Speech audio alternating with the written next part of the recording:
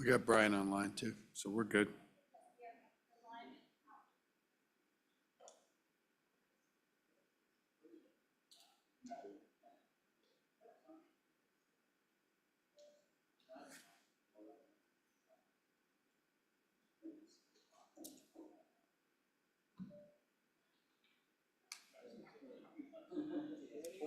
Thank you, sir. It's a delight. Get paid, yes.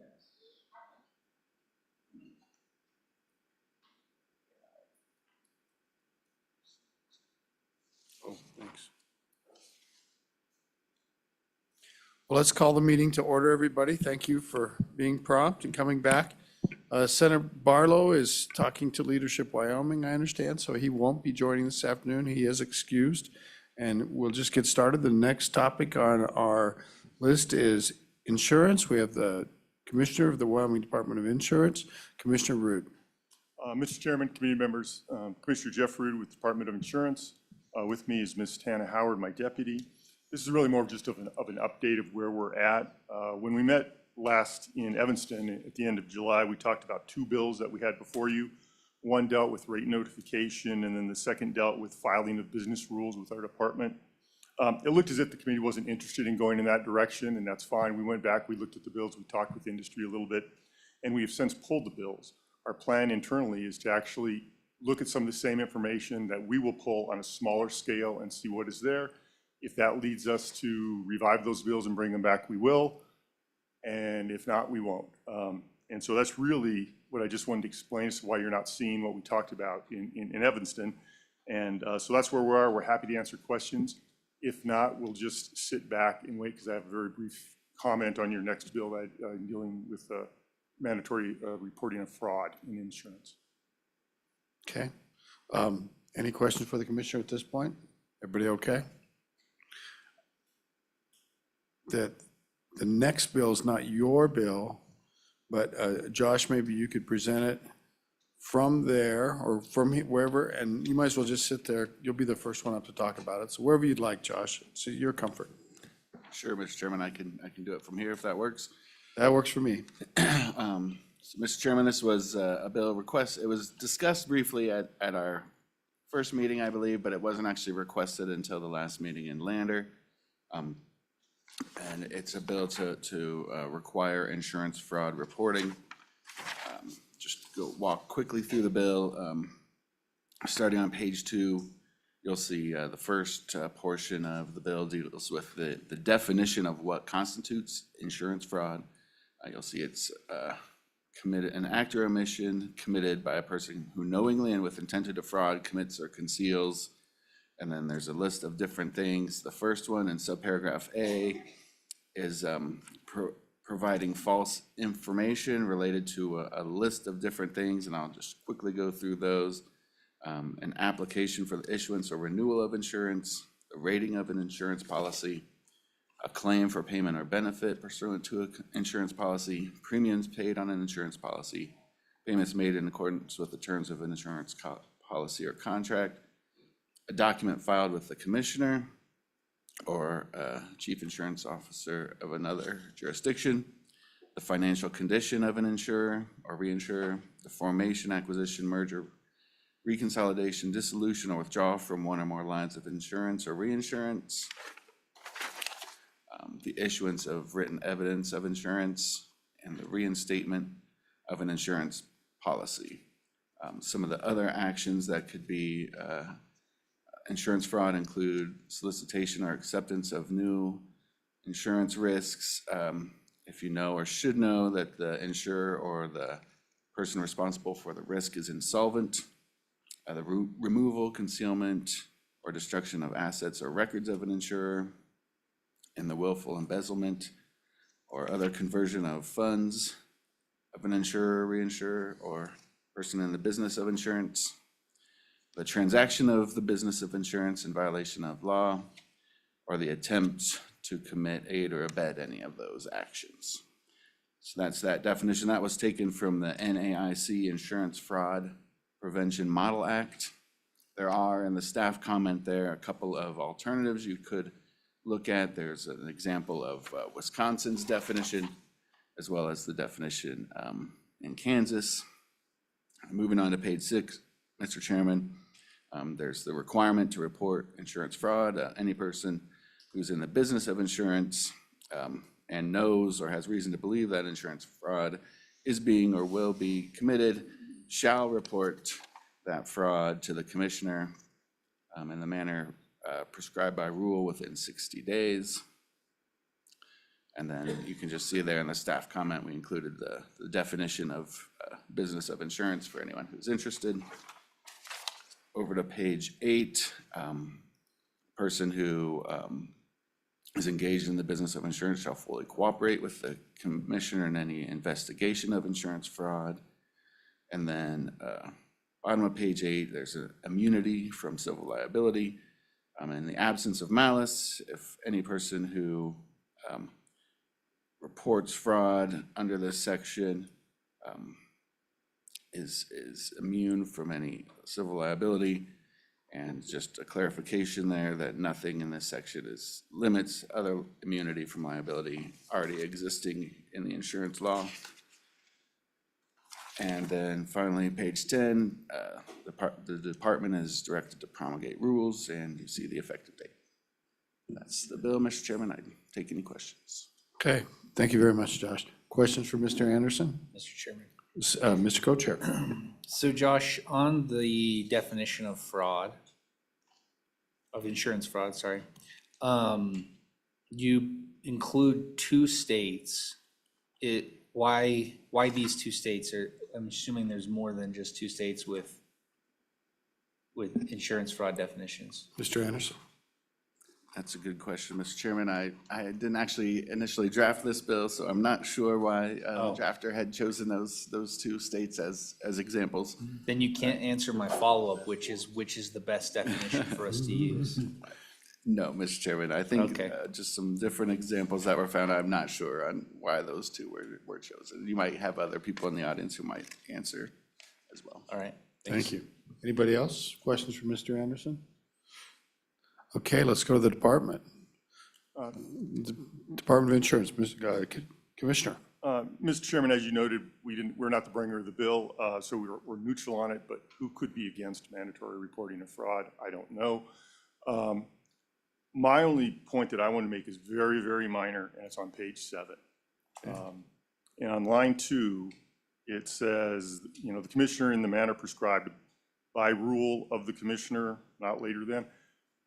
On line 2, I would like to omit the words rule of, and so I can just direct, in essence. And so it would read insurance fraud to the commissioner in the manner prescribed by the commissioner, not later. So I don't have to do a formal rule that will take me 6 months to tell them how to report to us fraud. We'll just say, use the software system we have in place now for reporting complaints. But if that system should ever change, then we got to go back and do a new rule. And I just don't see the need to do a mandatory rule, on something like that, where we can just tell them how to file, evidence of fraud. I'm sorry, Commissioner, that just makes way too much sense. I'm sure we'll have to deal with that. Is there anything else, Commissioner? No, there really isn't.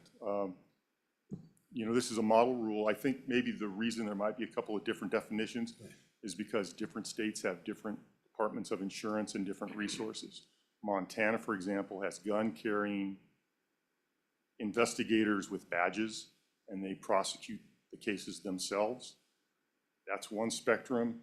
In Wyoming, we turn it over to the county attorneys or the district attorneys. And so it's completely different, and each state does it a little bit differently how they prosecute fraud. And so I think maybe Kansas is different in Wisconsin, and so they went with their own fraud definitions there. Okay. Any questions? Mr. Co-Chairman. I'm just intrigued by deputizing the director and sending him out to With a enforce gun, insurance. with a gun. With a gun, yeah. Not only can he carry guns in our capital, but all our directors are going to have guns now. Where do I make the motion? Anybody wish to discuss with the Department of Insurance about their idea of not needing the rulemaking? Representative Landon. Senator Landon. Thank you, Mr. Chairman. I was just curious, Commissioner, if you had a feeling one way or another with regard to those statutes that the co-chairman alluded to. Do you have a preference? Does that language trip a better trigger for you, or does it just not matter? What do you think? Mr. Chairman, Senator Landon, Commissioner. I don't have much of an opinion on that because, like I said, we're not going to be prosecuting the case. So I would actually probably defer the question to a district attorney or a county attorney to see which they're more comfortable with. Thank you. Thank you very much. Anybody else? Senator Scott. Mr. Chairman, could you give us a little more on why it's important that we pass this bill? This, again, it's not their bill, but can you say why we might want this? Well, Mr. Chairman, Senator Scott, probably, maybe even a year ago, I was talking with my folks in the office, and this was brought up that we're one of the few states that doesn't have this model rule. And so we actually made a phone call down to Denver to the regional, it's NCIB people, who are the organization that really pushed this and help with the investigations. And we never dealt with them before. I'd never heard of them before. And they came up and we visited with them and they said, Wyoming's one of the few states, maybe the last state that doesn't have this mandatory reporting requirement. And then you may recall in Lander, we had a very short one in the bill we brought forward, and that's not what industry ultimately wanted. So we gave it back to them, and this is why we have it. So we're still neutral on it. I think it's important in the sense that if someone knows fraud as an agent and they're not involving themselves and they don't report it, it gives us the opportunity to take action against that agent on their license, whether they're, whether the individual who committed the fraud, whether that case is handled or not. But I mean, if they knowingly don't report it, now potentially we could look at taking their license. Anybody else? Anybody else? I'm going to let the department off the hook. And Ms. Smith, would you like to take it on since it kind of came from you?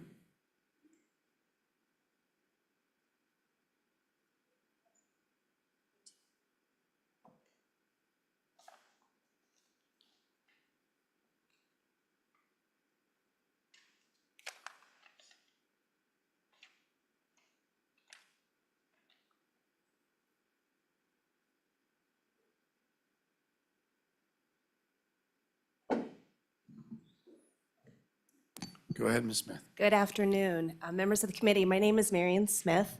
I am with the National Insurance Crime Bureau. I'm actually based here in Wyoming. I oversee 13 western states. I've been with the organization for about a year now. And with me today is Mr. Kent Prose. He's out of our Denver office that the commissioner alluded to. He's been in conversation with the department and their folks in the office here. And while I cover the government affairs side of the house, Kent is the boots on the ground with the investigatory kind of work. So your questions as far as why we need this, what kind of activity we're seeing, including Wyoming numbers that NICB does track, we're happy to answer those as well too. So you heard yesterday a lot about the word fraud, and we are actually really quickly working with the Montana Department of Justice investigating approximately 40 LLCs that are formed in Montana via registered agents that are engaging in luxury vehicle auto thefts, primarily on the East Coast, and using Montana to fraudulently retitle vehicles. The cars never even enter the state of Wyoming. They're just using Montana LLCs and registered agents to title wash stolen vehicles, and they either remain in the US and get sold, or they are shipped overseas and are sold. So hundreds of vehicles. I think you might have misspoke. You said the cars don't actually enter Wyoming. You meant enter Oh, I'm sorry, in Montana. Yep, they do not, Right. they don't come to Wyoming either, but yeah, they do not end up in Montana where the titles are issued. But back to this bill specifically, as we've mentioned before, Wyoming is the only state in the country that lacks either mandatory fraud reporting or an insurance fraud unit. And insurance fraud is costing you when you wonder why your premiums are increasing. It's a $300 billion plus loss a year to the insurance industry. So they have to pass those costs along somehow.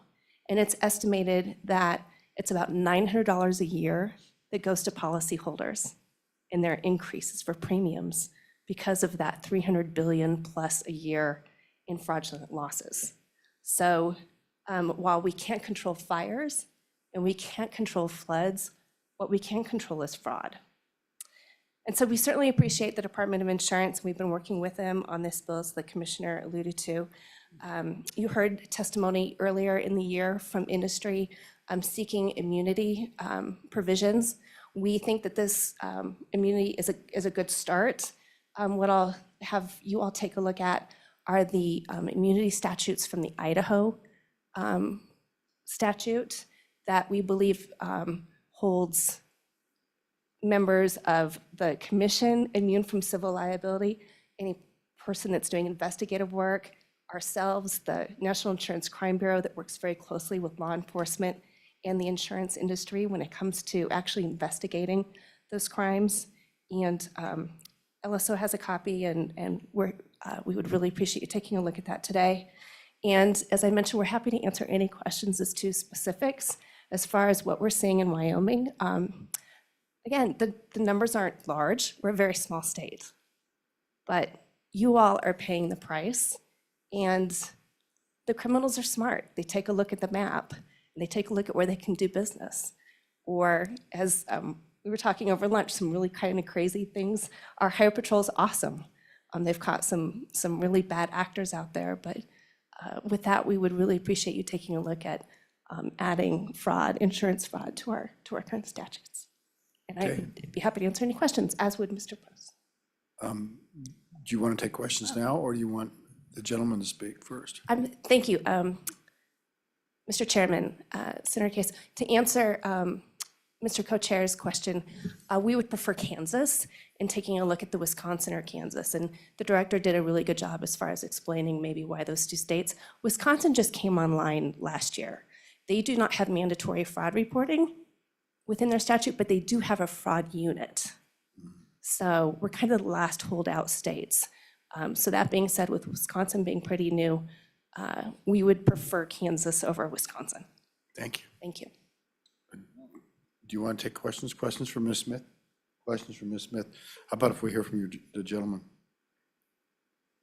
Hello, Mr. Chairman and members of the committee. My name is Kent Prose, and I'm the Supervisory Special Agent for the National Insurance Crime Bureau. I cover Colorado, Wyoming, and Utah.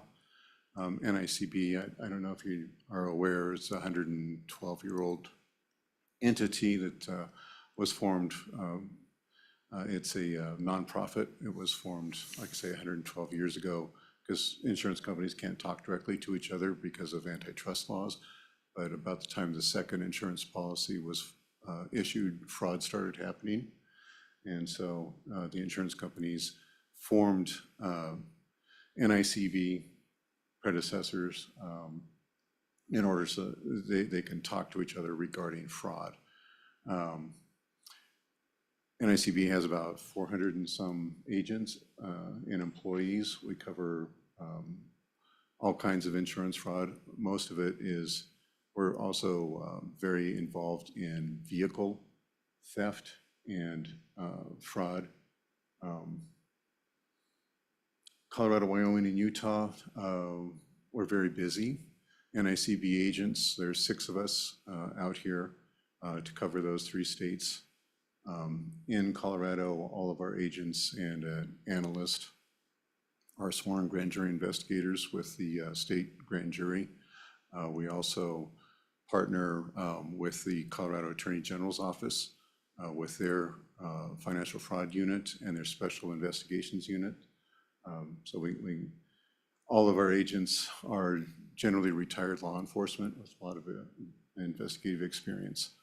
And so in Utah, we also are very closely integrated with their insurance fraud division.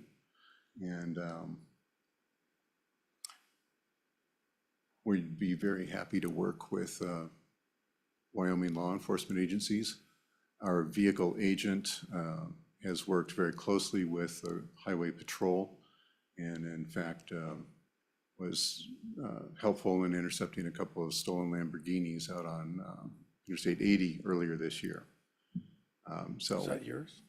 Yeah, they were stolen from Utah. They were on their way to Colorado. A very sharp trooper caught them just outside of, I think it's Evanston. And one of our agents has worked with that trooper before, so that trooper knew to call NICB to get information on those two vehicles. They were part of this VIN swapping scheme that's going on all across the country on high-end vehicles that are being title washed through Montana. It's quite a process. Wyoming is kind of in the center of it too, because of Interstate 80 and Interstate 25. Lots of traffic goes through here. And so I'll stop talking and Okay. And it's Mr. Prose, right? pros, P-R-O-S-E. Yeah. And questions for Mr. Prose? Any questions? Senator Landon? So, Mr. Prost, thank you for being here. Really appreciate it. Do you normally work through the offices of the Attorney General in other states? What's the setup out across the world there? Mr. Prose? Well, Mr. Chairman and Senator Landon, thank you for having us here. That is dependent upon the states. Colorado, I think we have a pretty good arrangement with the Attorney General's office. They have two divisions that we work with on a daily basis. Special prosecution, where we do the contractor fraud cases, which don't fall under insurance fraud. But for example, if someone has their roof damaged, the contractor comes in, takes all their insurance money and doesn't do the work, that's special prosecution on that side.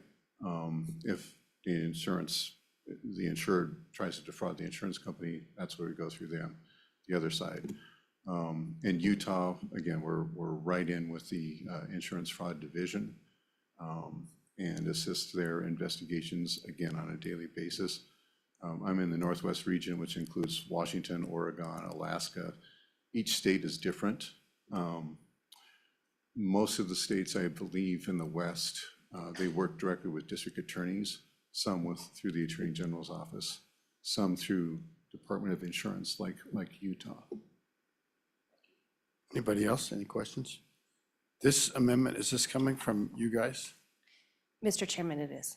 Okay, do you want to give us a heads up on the amendment? We won't take it up right now, but maybe talk about the gist of it, and we'll hear from other members of the public, and then we'll work it. Sure, absolutely. So the amendment comes out of the Idaho statute regarding their fraud reporting, and it essentially expands who is included as being immune from civil liability.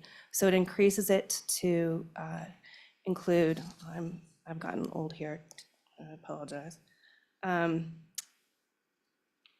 It reports from the Department of Insurance, the National Association of Insurance Commissioners, the National Insurance of Crime Bureau, us, or any organization established to detect or prevent fraud insurance acts, their agents, employees, their designees, nor shall the director of any employee of the Department of Insurance acting, again, without malice in the absence of fraud, be subject to civil liability for libel, slander, or any other relevant tort, and no civil cause of action or any nature shall arise against such person by virtue of the publication in any bulletin. And then basically it closes with, for the purposes of the subsection, there shall exist a rebutable presumption that the person has acted without fraud or malice. So again, it's just protecting folks that if they do suspect fraud and they report it, that they won't be held civilly liable for slander and other kind of instances in that. So Okay. some protectionism there. Questions on the amendment? I know it hasn't been offered, but it seems more efficient while they're at the table, let them discuss their amendment. So any questions? Anybody? We might get back to that. We'll take more public comment. Okay. So who else would like to address the committee on this bill? Anything from the, Thank you. thank you very much.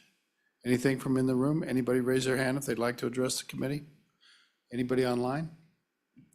I don't see any public comments, so committee, you've heard the testimony. What is your pleasure? Motion by Landon, is there a second? Second by Olson. Discussion. Anybody want to take up proposed amendments or general discussion first? Let's start with Knapp and then we'll go to Landon. Mr. Chairman, thank you. I'll declare a conflict on both the discussion and amendments Okay. as well. Bill? Now we know whose Lamborghinis they were. Yes. Did you have the white one or the green one? It's a very interesting story. Senator Landon. Mr. Chairman, I'm trying to read the staff comment on the fly here to refresh my memory and try to take a look at the proposed amendment. So 262131 seems to cover some or all of what the proposed amendment does. But I'm certainly inclined to support the proposed amendment because it provides additional assurance to those who work in our Department of Insurance, for example, that they won't be held to any civil liability. So I guess I just open that up for discussion. I don't, that would track in at the bottom of page 8, I believe, under 2613-404 is where that would probably replace the language that's suggested by our staff. So what's the preference of the chairman? Josh, do you agree that's kind of where it seems to go? So I think you've got that right, Senator Landon. Just talking conceptually here, was there any preliminary discussion before we dive into this amendment? Does anybody, we haven't really had a motion on it, but let's let leeway. Which way is a better way to go? Mr. Co-Chairman. Go ahead. There are some obvious differences between the two. The one in the staff comment, for example, provides for attorney's fees. So any person who was subjected to potential liability and had to defend themselves can obtain attorney's fees. I don't see that in the Idaho statute, for example. So there's one really big difference. I don't know if the committee has a preference on it, but from my point of view, I think that's a very important provision to have. Is that because you're an attorney? And that's because I'm an attorney. Mr. Chairman. Josh, please. Yeah, so just to clarify, so that language in the staff comment, that is existing language already in another section of law. So that was just there for informational purposes. So that's not an alternative. Correct, Mr. Chairman. That's an existing general immunity section already in the insurance code. So if we already have it, we may not need I think this would be additional immunity specific to this fraud reporting In the amendment. in the amendment. Yeah. I see. Okay.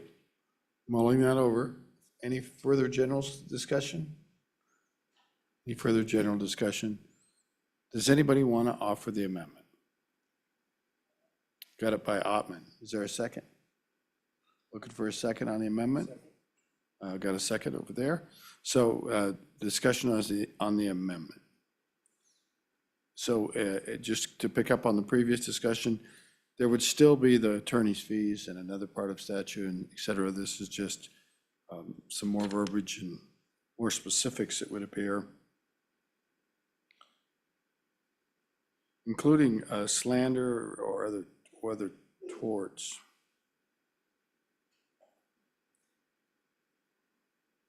I'm not familiar if that's normal or not.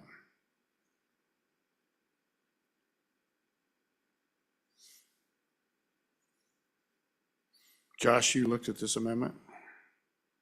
Mr. Chairman, just briefly, but yeah, I think this would essentially replace the language in Page 8. page 8, that section 404. Correct. And it's set up in the absence of malice. Page 8 is definitely shorter. Mr. Chairman, I've usually been one to advocate that less is more and more is not necessarily better, but the Idaho language covers a lot of bases, and I do think in this part of the world we're seeing a lot more of it. I just want to make sure our people are covered, so I'd be inclined to support. So what I'm trying to get my handle around is that proposed alternative language specifically has in this immunity clause, immunity from libel and slander. And I don't recall that specifically before. Senator Scott, you recall that being a norm anywhere else? I don't. Yeah. That seems unusual to me. Kind of restricts free speech in a way. I mean, it's not a, I don't know what I'm getting at, but it's not quite, it's not the committing of a fraud or reporting of a fraud. It's more like mouthing off.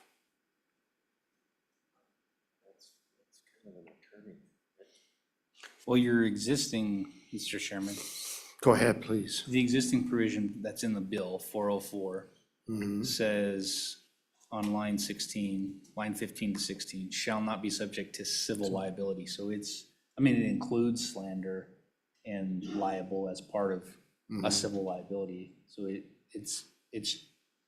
I don't know why libel and slander are specifically called out in the Idaho statute, but Right. or any other, I don't know what a relevant tort is versus a tort, but all I'm trying to say is the existing provision is broad enough, it includes all types of torts that are civil. Okay. Then would you suggest you support the existing language more than the proposed language? Yeah, I think so. Just, it's broader and I feel like it captures more. Okay. Do you have any rebuttal? Should we just vote it up or down? Sure. Any further discussion? All in favor of the proposed amendment signify by saying aye. Any opposed?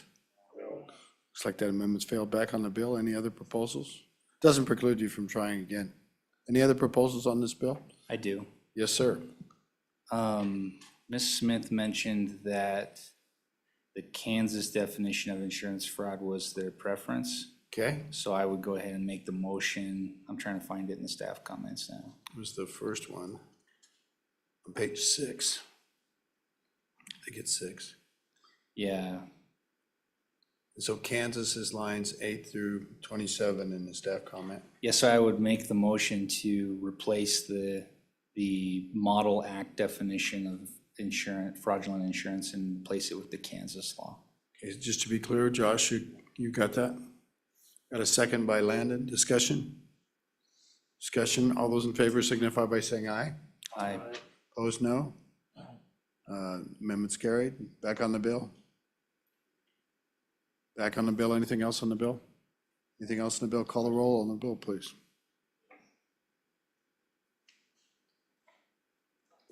Mr. Chairman, this is roll call for 25 LSO 0026, insurance fraud reporting as amended. Senator Barlow, Excused. Senator Boner, Aye. Senator Landon. Aye. Senator Scott. Representative Chadwick. Representative Harrelson. Aye. Representative Harshman. Aye.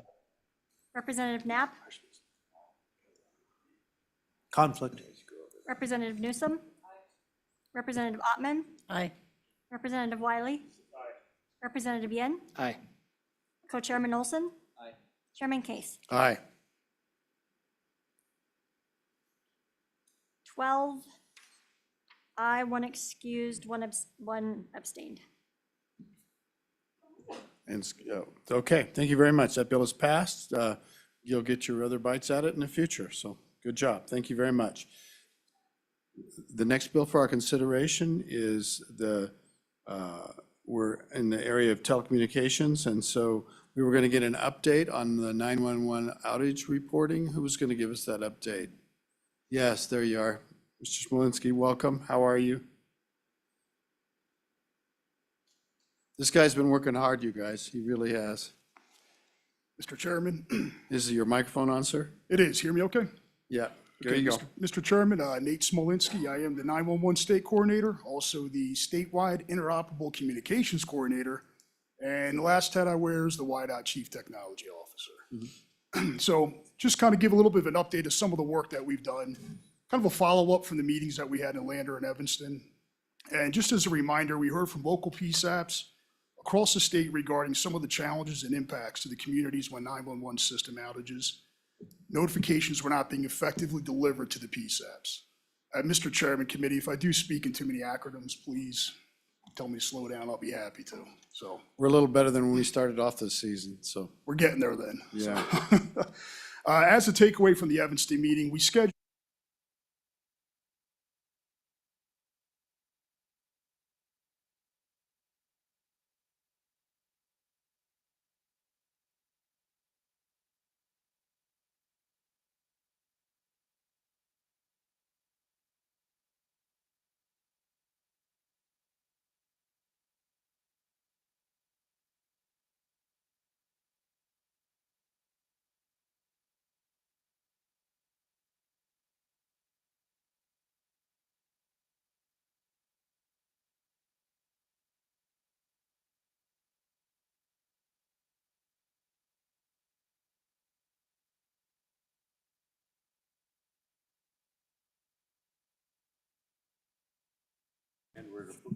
If you can hear us online, we're just trying, what do you think, Katie? We got them all back?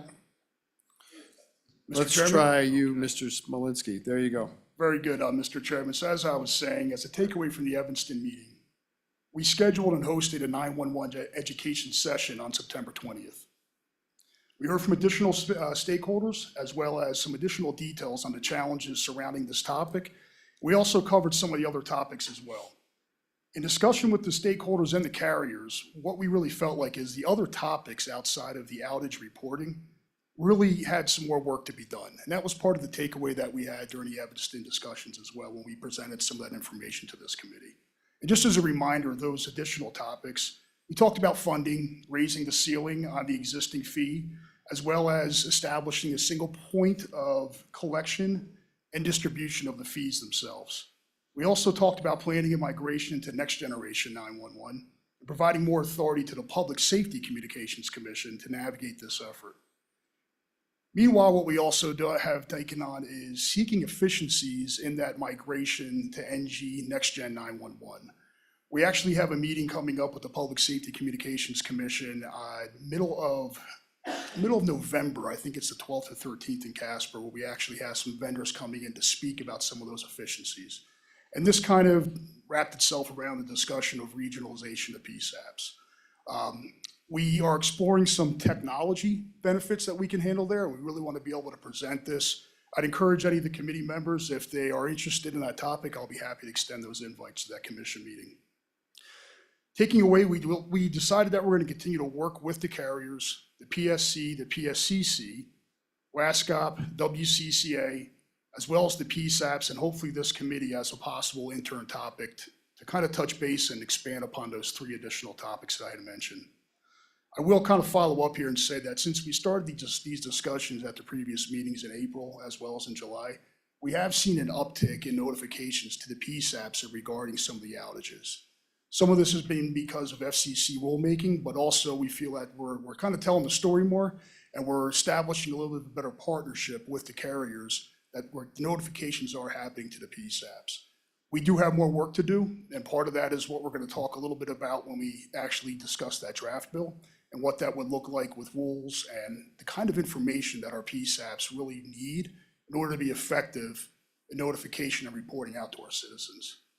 Mr. Chairman, committee members, I'll be happy to stand for any questions on this one. Thank you very much. Any questions for Mr. Smolinski? I do appreciate the journey that you've underwent on this, so I think we're getting to a good place. I'm not seeing any more questions for you, but stay close. I think we might have some input from the Public Service Commission. Is that right? Would you indulge us a little bit on what you think what you think is within your power to accomplish now? So, Mr. Petrie from the PSC. Thank you, Mr. Chairman, and Mr. Smolinski's done a great job of describing what went on. It was an excellent educational presentation session that they headed up, and there's a lot to know about 911 that most of us don't have any idea about. Mr. Chairman, we too have noted some increased reporting, which could be coincidence that there have been some 911 outages, could be increased consciousness of the issue because of the work that this committee's been doing. and the discussions that have been going on amongst the telecommunications companies and some of our colleagues that are in the communications and emergency services fields. As we understood, we were instructed at the previous meeting, we prepared, submitted the bill that's coming up for discussion later. We think that is a good course to take in the interim between what we've got now for a 911 system in the statutes and what may be in the future as we explore the next generation 911, associated funding issues and so on. So we're not necessarily convinced that the Public Service Commission is the best permanent location for this reporting function, but we are able to do it, and we're able to make the rules that would be necessary with that bill, and we have an existing system for outage reporting and good relationship with the Office of Homeland Security and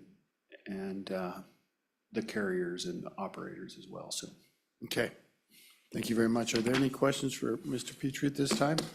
Just looking out and about, since we do have a bill on our agenda for a little later, if you have comments that are more orientated towards that bill, let's take it up then. But is there any questions from the committee? Any comments from the audience about just the general topic?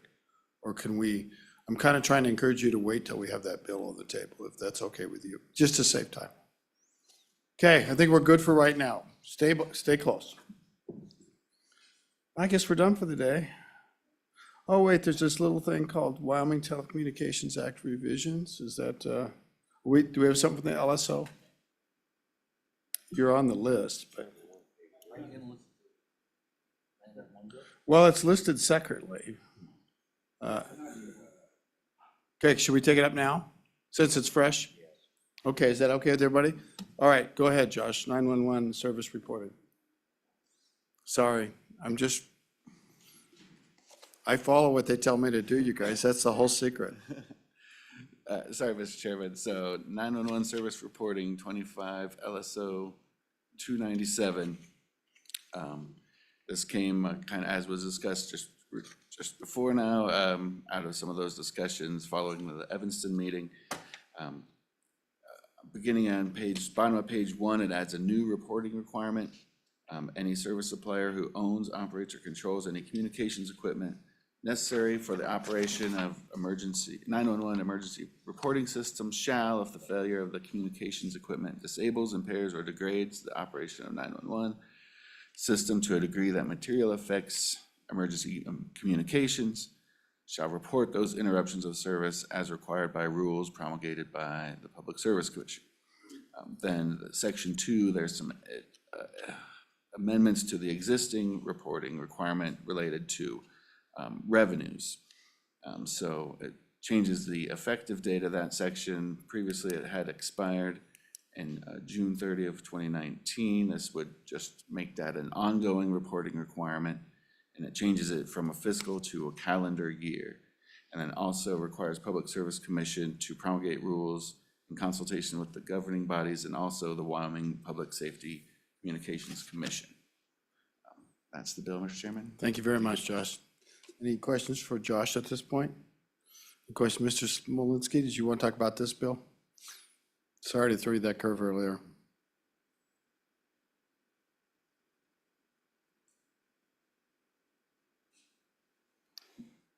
Yes, Mr. Chairman. So on this bill, basically what we're going to be trying to do is develop a workflow.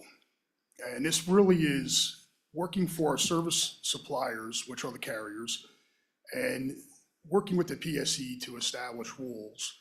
But really what we want to make sure we're happening is an area where information can be shared and disseminated back out to the PSAPs.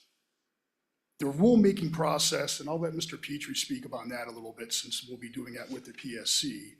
But really one of the big things we wanted to come back here is some consistency for the PSAPs and effectively provide the tools that they need in order to, quite frankly, do their job and operate, notify the citizens appropriately when 911 is not working.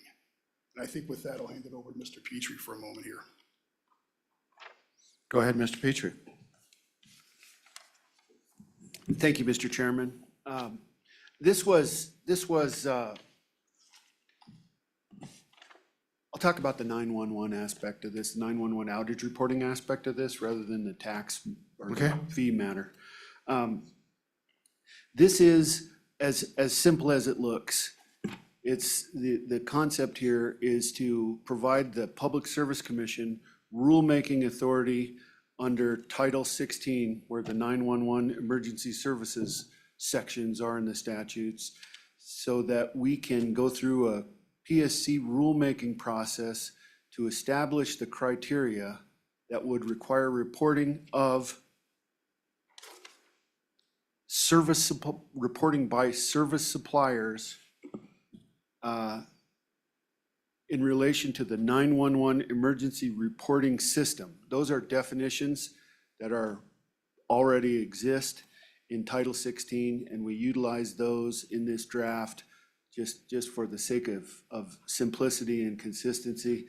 And that's also the reason that it's in Title 16 rather than 37. Part of the issue here is that there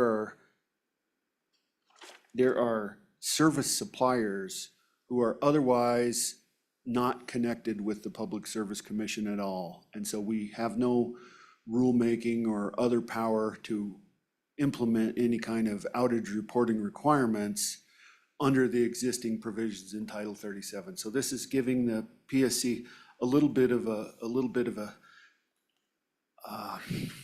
extension into the 911 system role. The reason for doing that here is that the Public Service Commission has an established rulemaking process. We have established relationships with many, and certainly not all service suppliers, but many. And we are confident that we'll be able to get the right people in the room in a rulemaking context. And if everybody's probably not familiar with this, but the commission's habit is to hold technical conferences before actually beginning the rulemaking process, so that we can get all the relevant stakeholder input, or at least as much of it as we can. I shouldn't say all, but we get as much as we can to make sure that we've got a good product in the initial draft rules that we propose and then commence the process with. It takes a slight bit longer to do it that way, but we believe that it's in the end more efficient, because you less often end up encountering some wrinkle that you didn't expect, some issue that you didn't expect, and ending up having that considered a material change, perhaps going back to the beginning of the rulemaking process and so on. So the commission has a pretty polished rulemaking process internally, and we think we'll be able to get that done. We envision that these rules will include the Public Service Commission sharing immediately outage reports on 911 issues with the Office of Homeland Security, and then depending on what they tell us, we may pass it on to others.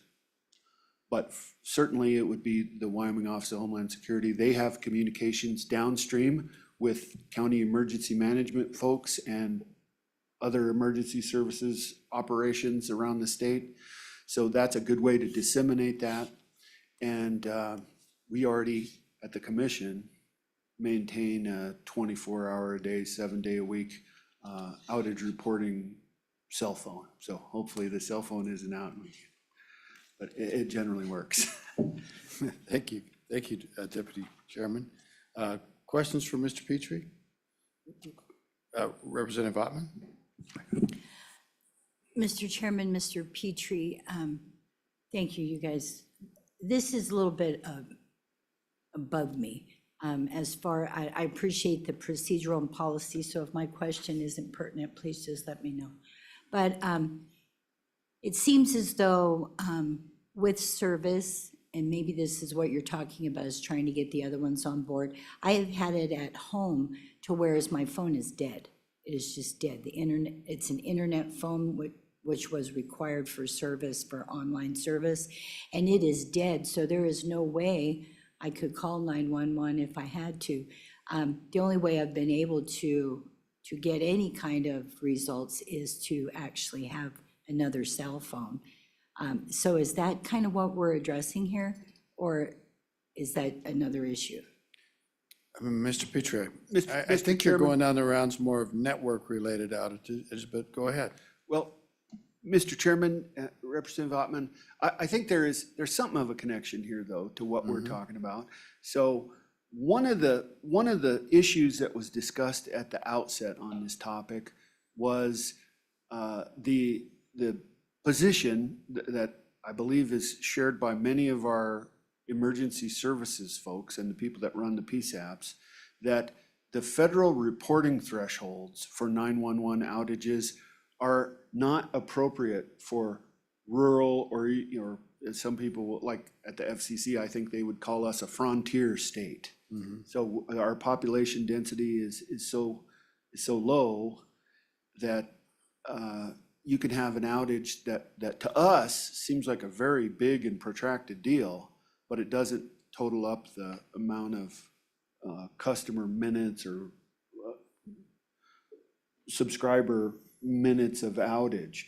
And so while what Representative Ottman is talking about, it isn't going to necessarily help her with the restoration of that service to her, having this reported as a 911 outage in the event she's a subscriber of a company that's not otherwise under the Public Service Commission's authority, which it sounds like she might be as a VoIP customer, then although it might not affect the length of time that her service is out, the point of it is that the local emergency management people, the fire department, the sheriff department, the police department, so forth, they'll know that her area is out of service by, some provider, whether it's the predominant cell provider, the predominant cable company, anybody, whoever's providing that local exchange access, which goes hand in hand with access to 911. So it won't really necessarily do anything for the individual customer's outage, but it would make the emergency services people in her area aware that they have to operate some other way, that they have to take account of the fact that the 911 system's not working. And then I think a lot of those services, a lot of their reactions are primarily dependent on 911 communications with customers. So if that's not working, we don't want them to be out there at home for hours without the local emergency people knowing that that's the case. Thank you very much, Mr. Petrie. Just a little housekeeping here. Chief Perkins, we actually have skipped over a bill that we're going to go back to. So you may think we're right eminently at your threshold, but we're actually not. I would say it's an hour off. That would be my guess. I just didn't want you to. You wondered how I moved so fast. Well, I got told of, we jumped around with the 911 service agenda, but we still got to take up the Telecom Act, which is going to be a little bit of a lift. All right, thank you very much, sir. Keep an eye on us. Back to you, Mr. Petrie. Anything else to add?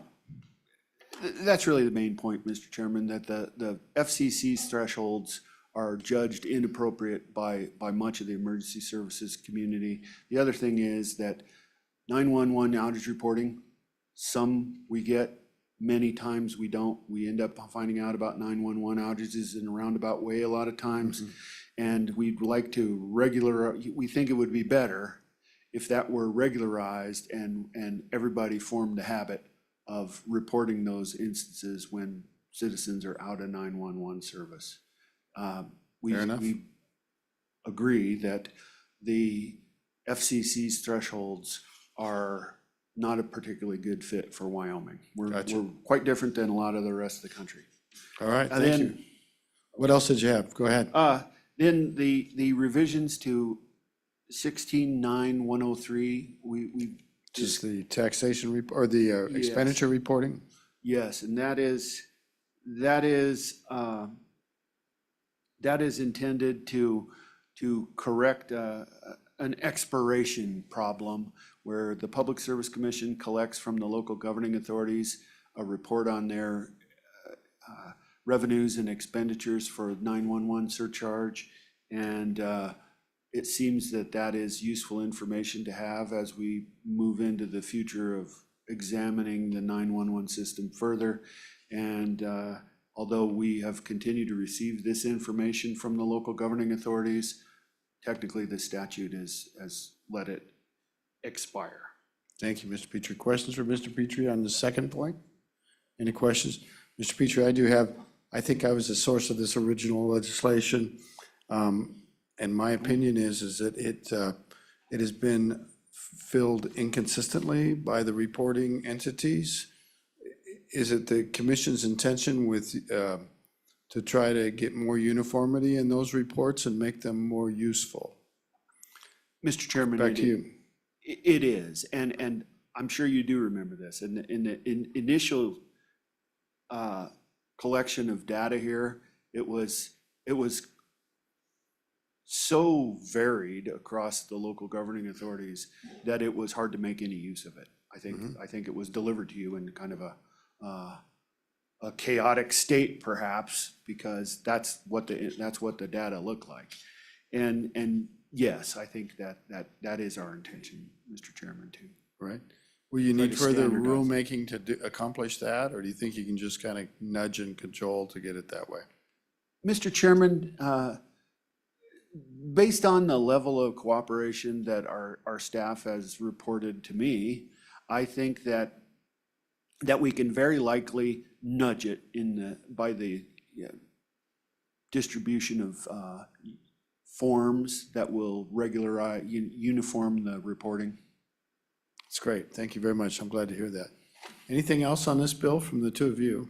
Mr. Chairman, if I could just Mr. add, Smolinski? if I could just add one item here. On the reporting, it is a federal requirement in order to be compliant for grants. So should 911 grants become available, Yeah. we want to make sure that we're keeping Wyoming PSAPs in compliant with that. So that's kind of the carrot that we can wave and say, hey, make sure you get your reports on time, because Sounds good to me. if we've got it, we can offer it.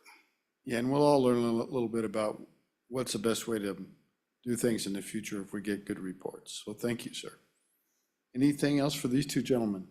Thank you. Let's get public comment on this issue. Ms. Levin? I see you're getting assistance from the back row.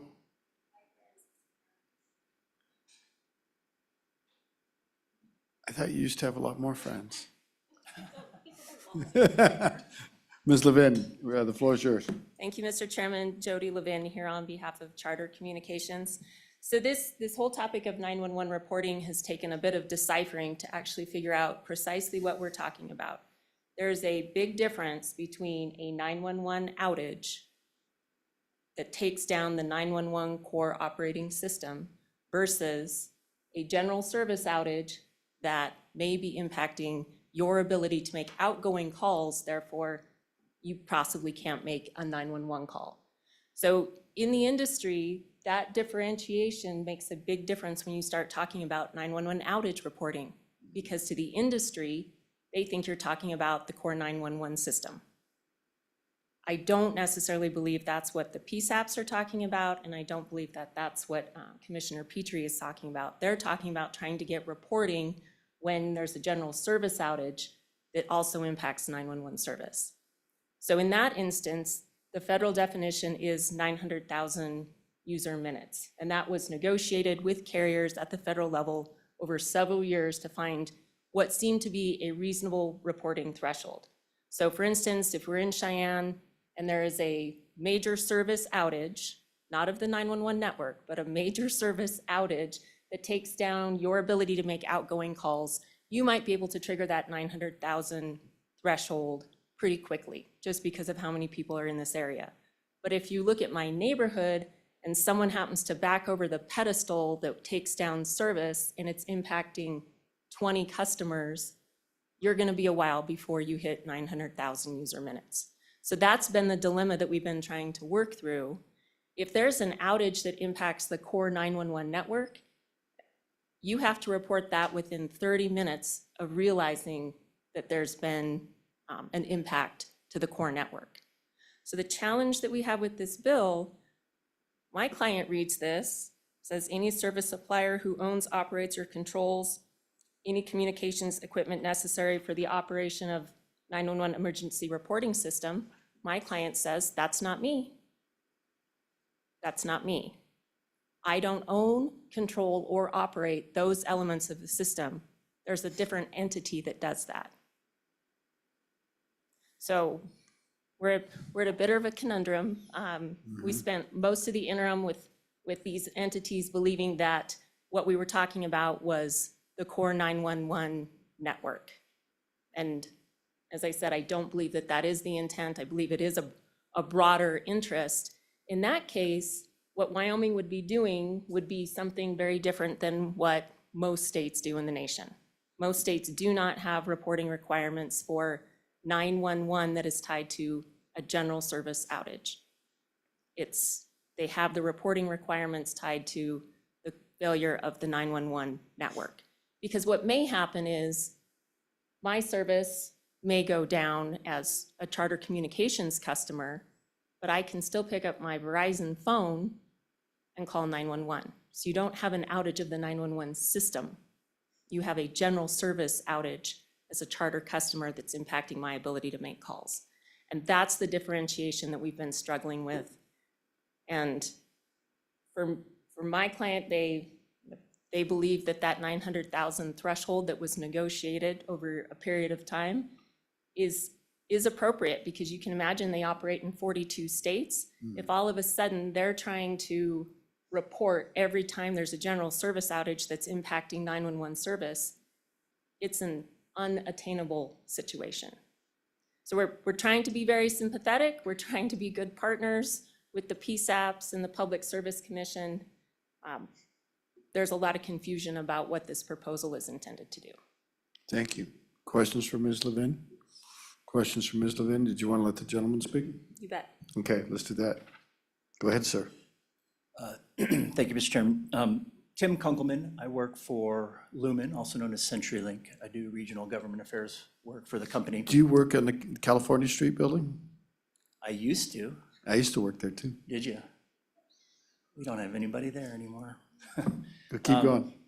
So I won't belabor anything that Ms. Levin said. I agree with everything that she said around a difference between a generalized service outage versus an outage affecting the PSAP's ability to answer calls. So those are different. So I won't get into too many of those, but I will say, I feel like there is in part maybe some confusion or a disconnect between notifying a PSAP that something might be happening in their community versus filing a report with the Public Service Commission or even the PSCC, if that's where this goes. And so I just want to make sure that we're drawing those distinctions. A reporting requirement does not drive our notifying of a PSAP. It doesn't drive us repairing the problem that we've come to be aware of. So I just want to make sure that we're not thinking that reporting is going to take us to some place that we're not at right now, which is PSAPs knowing what's happening because they have a problem being able to take calls, or for us as the provider across the state to collect all these 911 calls and deliver them to the PSAPs. That's what we have a role in the state as right now. And so there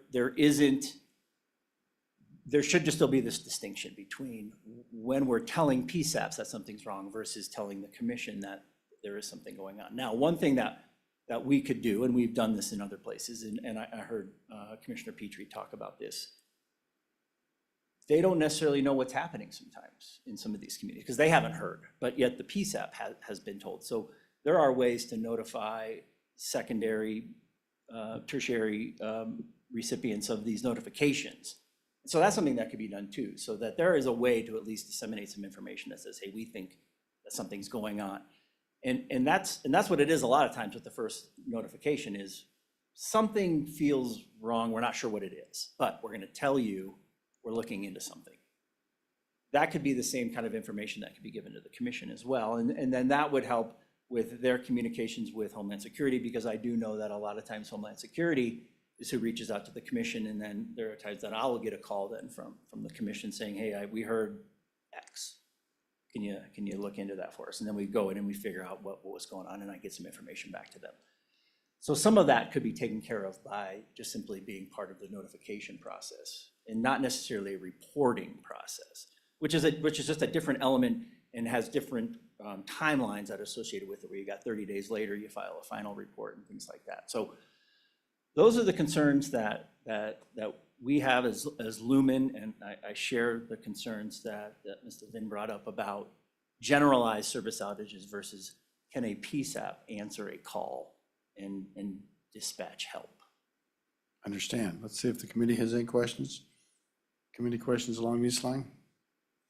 Were you trying to get me?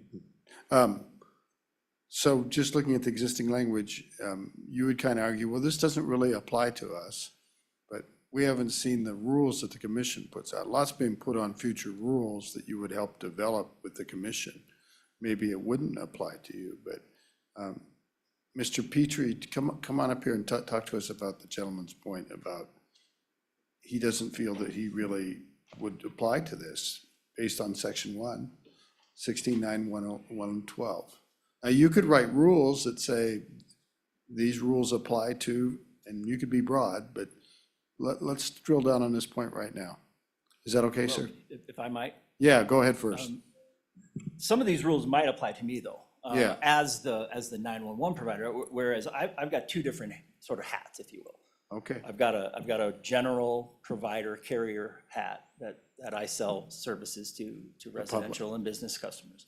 But then I also have a hat that says, hey, I'm the responsible party for aggregating the 911 calls from other carriers and ensuring that they get delivered to wherever they're supposed to be delivered. So in some respect, I would be under these. Wouldn't you also have? Under one hat, but on another hat, I wouldn't, or at least I should. Couldn't you actually provide circuitry and things to the 911 system as well? I 100% do. So in that Yeah. regard, I would. But again, I think that's going to, is it affecting the PSAP's ability on the 911 system versus is this someone who just simply can't make a phone call? I think there is a difference and a distinction there. I think it's clear for me. Members, it's not a general service outage he's talking about. He's trying to get at what affects the 911 system's ability to function. Representative Ottman. Thank you, Mr. Chairman. Just a point.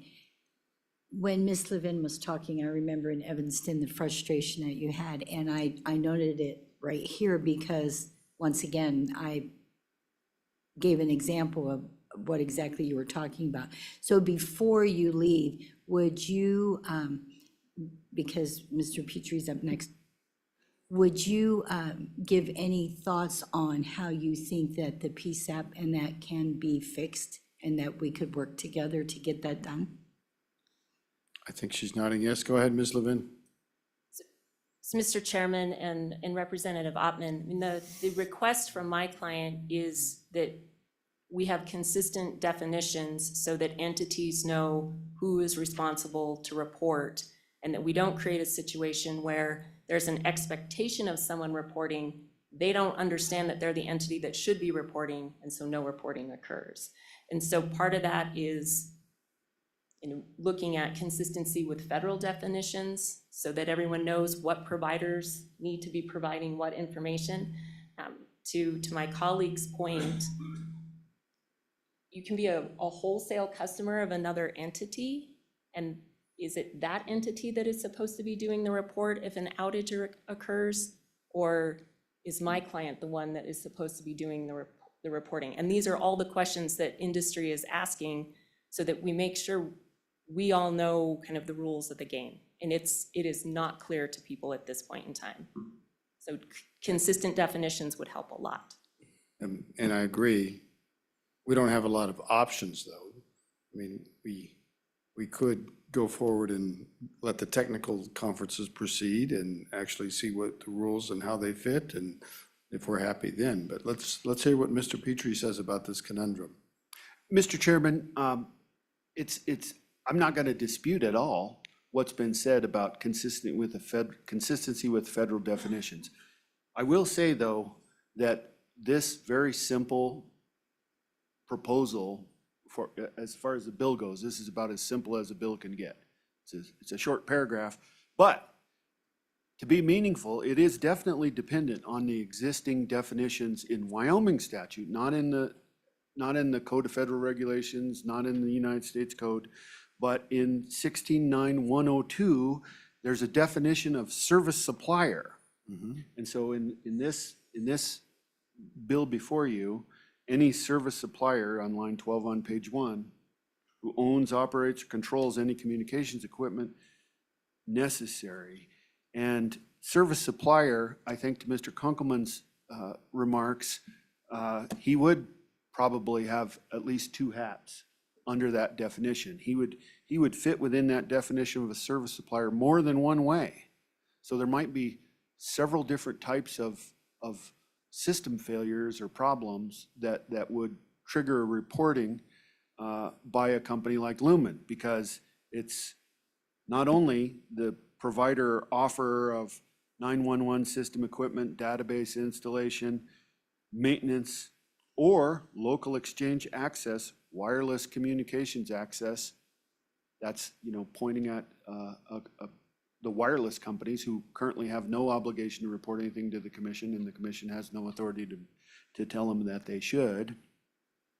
Or other technological device that under normal operation is designed or routinely used to access 911 services within the 911 service area. So that is broad, no denying it. I understood that was the problem, part of the problem that we were addressing, not just the FCC type reporting to the PSAPs when the PSAPs have a problem, or reporting to the FCC when the PSAPs have a problem. This is meant to cover a broader range of problems that are going to prevent the emergency services people from having an operating 911 system. And then I'd also just want to call your attention to the rest of the language that we'd be making our rules under.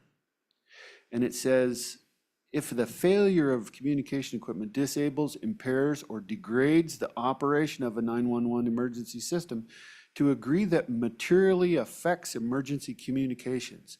That'd be at the heart of the rulemaking. That's what we're going to be talking about. So we're not going to likely make a rule that says if an automobile crash damages the line that goes to somebody's house or their neighborhood, that's necessarily going to be the sort of thing that's materially affecting the operation of the system. That's something that we had the idea that it'd be best to work out through the rules and accommodate. We don't want to put unreasonable burdens on people or companies or unreasonable requirements that nobody can meet. So that would be the idea of the technical conferences followed by regular rulemaking, that we would end up with something in front of the commission for adoption that would take all those factors into account and ensure that the local emergency services people have some regular reporting of outages that are affecting the 911 system in their area, whether it's actual user, end user outage, or something that's further into what Mr. Kunkelman referred to as and I think Ms. Levine, the core 911 system. So yes, it's meant to be broader than the core, and it is not necessarily consistent with the federal definitions, but this definition is already here in Wyoming law, and so that's why we use these 2 important definitions. It's 911 emergency reporting system, which is a very long definition, and then service supplier, which I've already read off. Okay. Committee, anything? Sounds like we might have a little bit of a conundrum. It doesn't exactly solve the issue that they'd like to get out of telling you about their general service outages, or the line up Trout Creek went out and 5 people up there couldn't make a call all day. Does that impact the 911 system? Did the town of Riverton being down for the afternoon impact the 911 system? As opposed to circuits connecting the 911 system to their different points, and really, so it is 2 sides of the same coin. And the definition that's in there now is broad enough to have anything. And, we can either say, well, this still has to go through rulemaking. We can feel our way forward with that, which is fine, or we can try to limit it now. So, is that kind of your point, Ms. Livin? Mr. Chairman, it is. It's just trying to figure out who's going to be in the room with the rulemaking process. I think you all will be. Well, because I would miss it. as drafted, whether my client thinks they have to participate is another question. The issue, and under the definition, my client is certainly a service provider. However, they don't own, operate, or control Understand. the communications equipment. So there's another entity that does that a vendor picks up on the fact that it's a 911 call, it's special, it gets preferred routing. So, under this, my client is saying, this isn't me, this is the vendor. You're making your point well. Committee, please jump in. I understand, but there's other language here that catches everything. So we have to decide if we want to limit that or not. Because you could argue that just having the batteries dead in your phone materially affects emergency communications through a 911 system. You could argue that. It's nothing to do with you, nothing to, so the rules are going to have to discriminate. But It's difficult, Mr. yeah, Chairman. you've set it up really well. I'd like to hear from the rest of members of the public on this issue, and we'll try to come back and see what we can do. You've done a good job. Anybody else wish to address us on this? Anybody else? Is there anybody online? Anybody else in the industry? There is somebody online. Okay.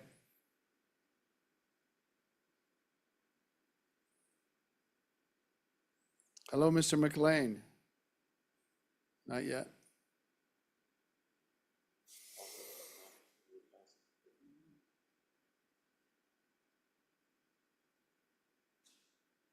Hello, Mr. McLean. Welcome to the Corporations Committee. Good afternoon, Mr. Chairman and committee members.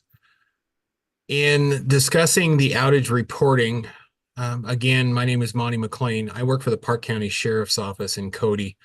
I run the 911 center, among many other hats across the state. One of the things that we're desiring is to be notified if there's a problem that prevents a company's customer from calling 911. And I've heard arguments where they're saying, well, we don't provide the 911 circuits. That's correct. Lumen does, but they have an interconnection with the 911 circuits that they are required to provide.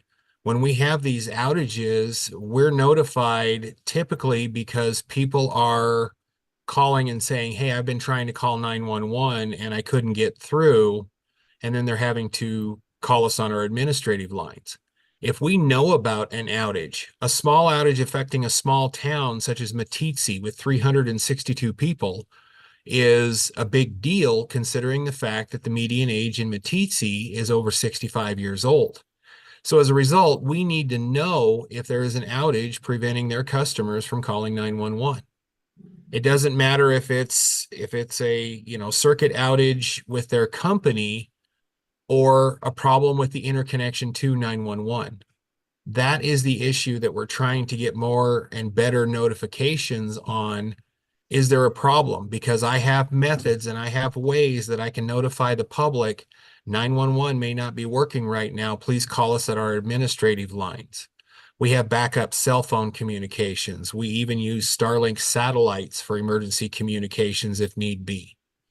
The disaster in North Carolina with the hurricane, that is a case in point and prime example where communications went down and notifications. I was receiving notifications from major cell carriers that they were having problems relaying 911 information in North Carolina, and I'm all the way out in Wyoming. There is currently a national cellular provider that has a 17-state outage ongoing that started at 1 o'clock this afternoon because of a hardware failure that could be potentially affecting 911 calls in Wyoming. We've done local testing. We haven't found any results that demonstrate that it's actually affecting Wyoming, but we got a precautionary notification, and that is the kind of notification that we want so we can keep the public informed. Thank you. I'll stand for any questions. Thank you very much, Mr. McLean. Let's see, any questions for Mr. McLean? Thank you very much, sir. Thank you very much. Anybody Thank else you. online? Anybody else in this room? Committee, you've heard the testimony. What is your pleasure? And well, before I say that,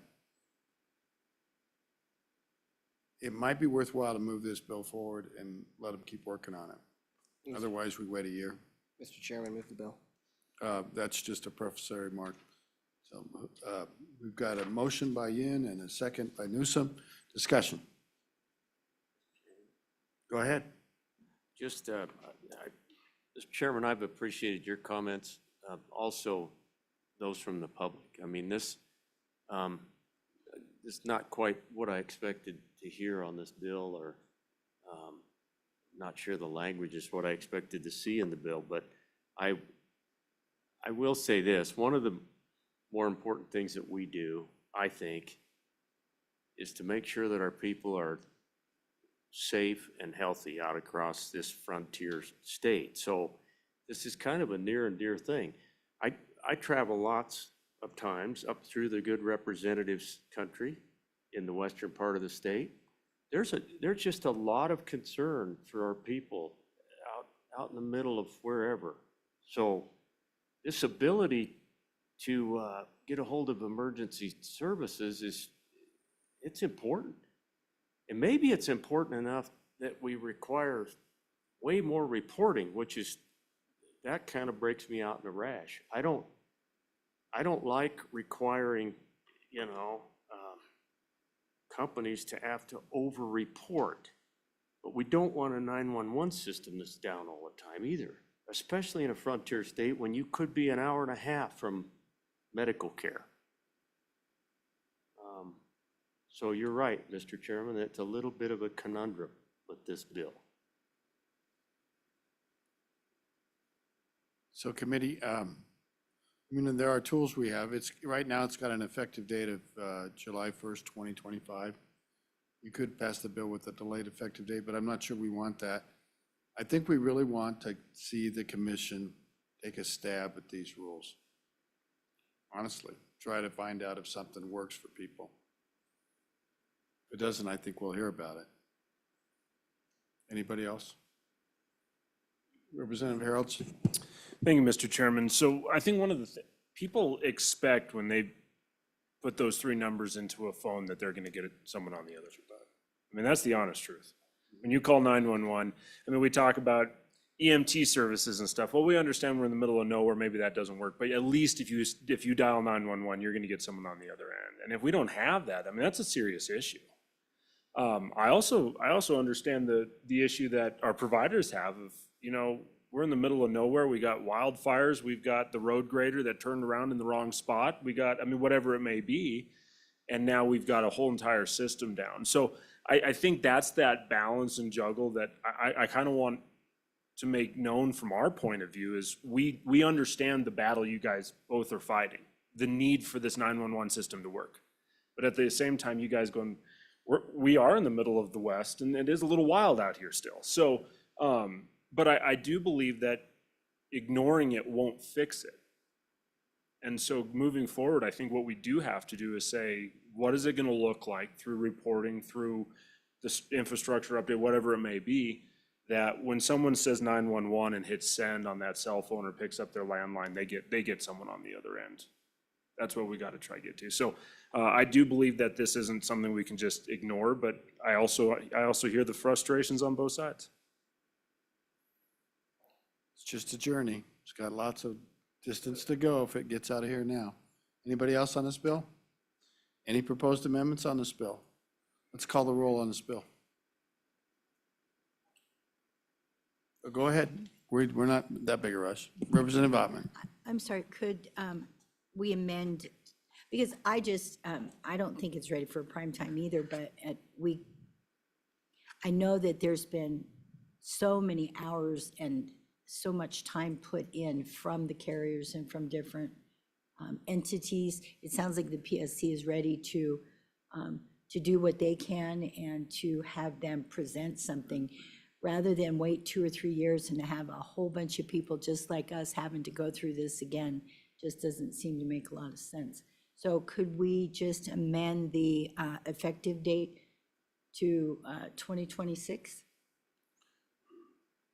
That's certainly an option, and if you make that motion, we'll take it up. I suspect it wouldn't accomplish anything really. I think it would just kick the can down the road. And that,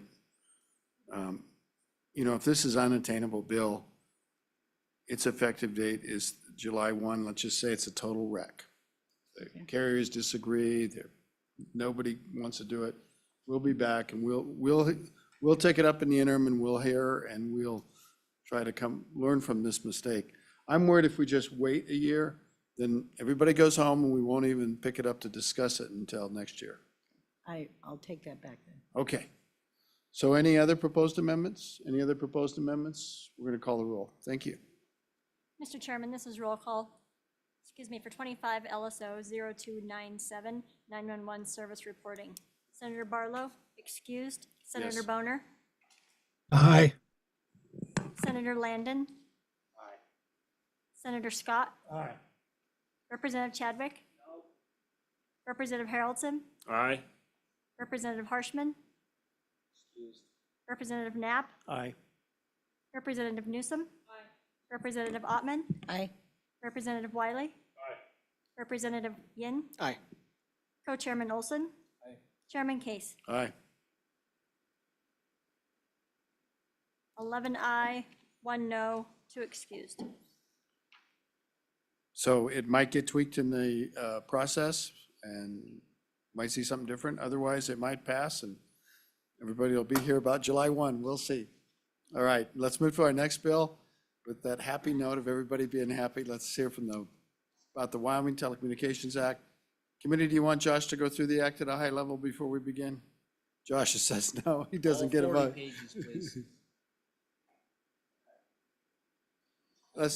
Let's take a moment and do that. You can abbreviate it though. Go ahead, Josh.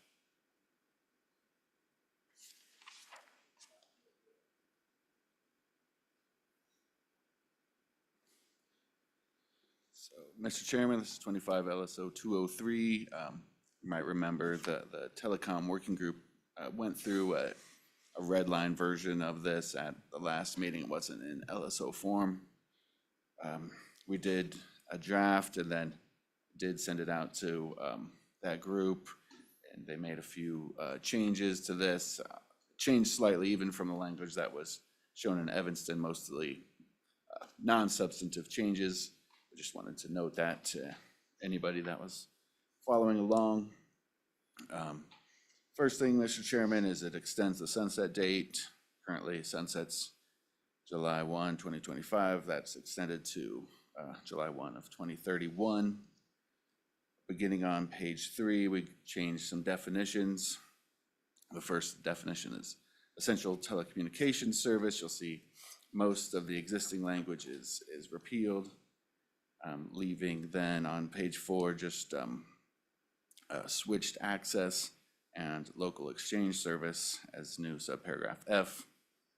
Local exchange service, that definition is amended slightly to mean residential or business service within a local exchange area capable of providing access to inter-exchange services, single line, flat rate, or single line, measured residential or business voice service, transmission service, and facilities necessary for connection between end users' premises and local network switching facility, or services necessary to connect 911 emergency services.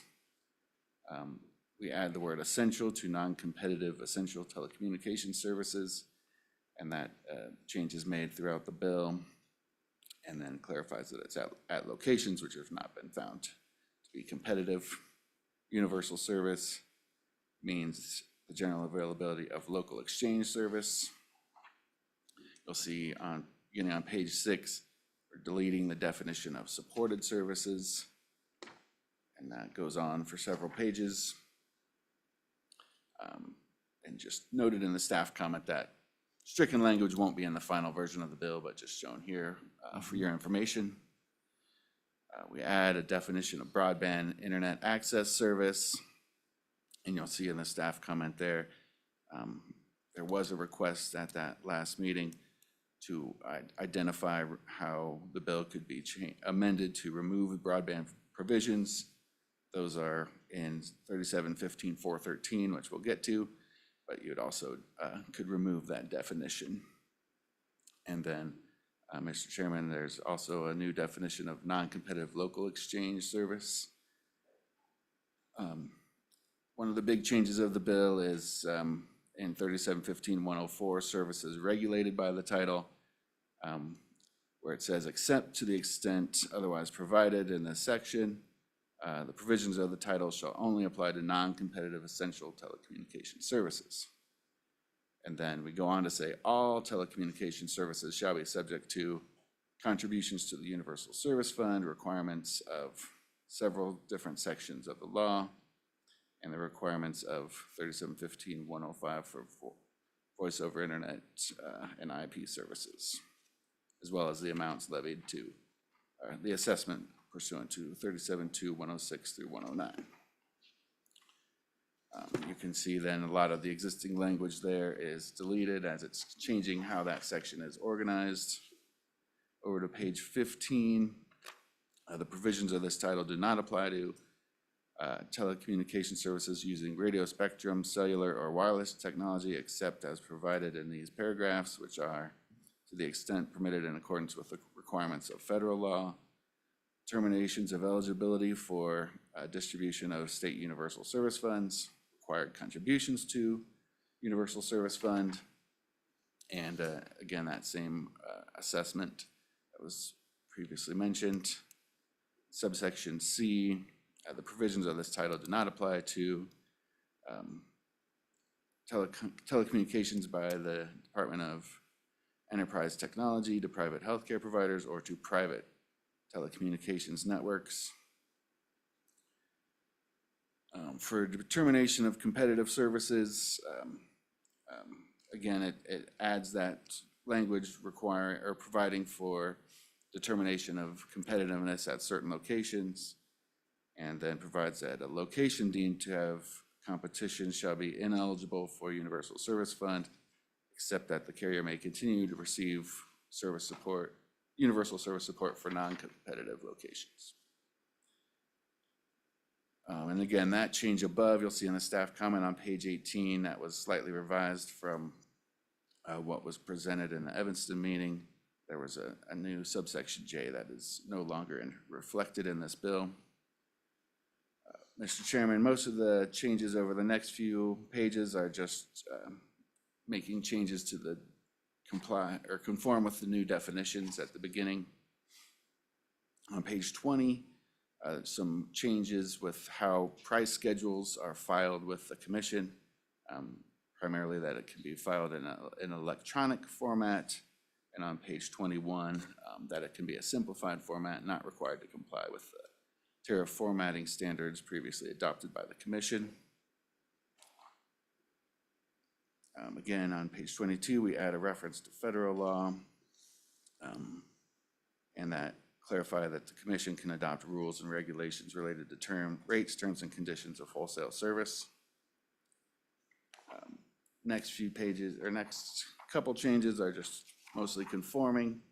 On page 24, this is the broadband internet access service that was mentioned before, where it would limit the authority of political subdivisions to add or to operate broadband internet through a exclusive franchise. So that those are the changes over through page 28. And then beginning on page 29, this is Universal Service Fund, and the primary change to that is providing a payment by prepaid wireless, adding a new subsection J, and that begins on page 33. Again, beginning on July 1 of 2026, the prepaid wireless charge would be imposed to go into the Universal Service Fund. You can see the formula for that in paragraph 1, beginning on line 10, as well as how that, or how often that rate can change in paragraph 2. The sellers are required to collect that on paragraph 3, beginning on page 34, line 8. And it's sourced in the same manner of sales tax. And again, that then it just talks about how that's noticed to the customers. And then that, beginning at the bottom of page 35, it's remitting the tax collector or the charge collected back to the Department of Revenue in a manner very similar to how sales taxes are collected. And that continues through page 37. It does say that charge can be combined with the 911 fee. And then bottom of page 37 is the distribution of that charge back to the Universal Service Fund. And at the bottom of page 38 gives rulemaking authority to the Department of Revenue. And then over on page 39 provides the relevant definitions. And the next bit is just some mostly conforming changes with the definitions, and then the rulemaking at the bottom of page 40 and the effective date, Mr. Chairman. So that's a quick run through the bill. Well done. Questions for Mr. Anderson? Any questions for Mr. Anderson? Thank you very, so the real difference between what was presented in Evanston, the biggest meat of the difference from the comments back from the working group was with respect to that J. Would that be fair enough? Yeah, Mr. Chairman, that's correct. There were a few other, I think, minor changes, but that was the major one that I noted, I think. And that is mostly that same language, just reorganized slightly differently and now in subsection A. Gotcha. Thanks a lot. Anybody for Josh? Thanks a lot, Josh. Who would like to start it, our journey here? Mr. Hendrickson, thank you. And we should start with the PSC, I suppose, too, but do you want to go first? You don't have to. Come on up and you can, you can all sit there. It's perfectly fine. But let's hear from Mr. Petrie first, since he's the affected agency technically.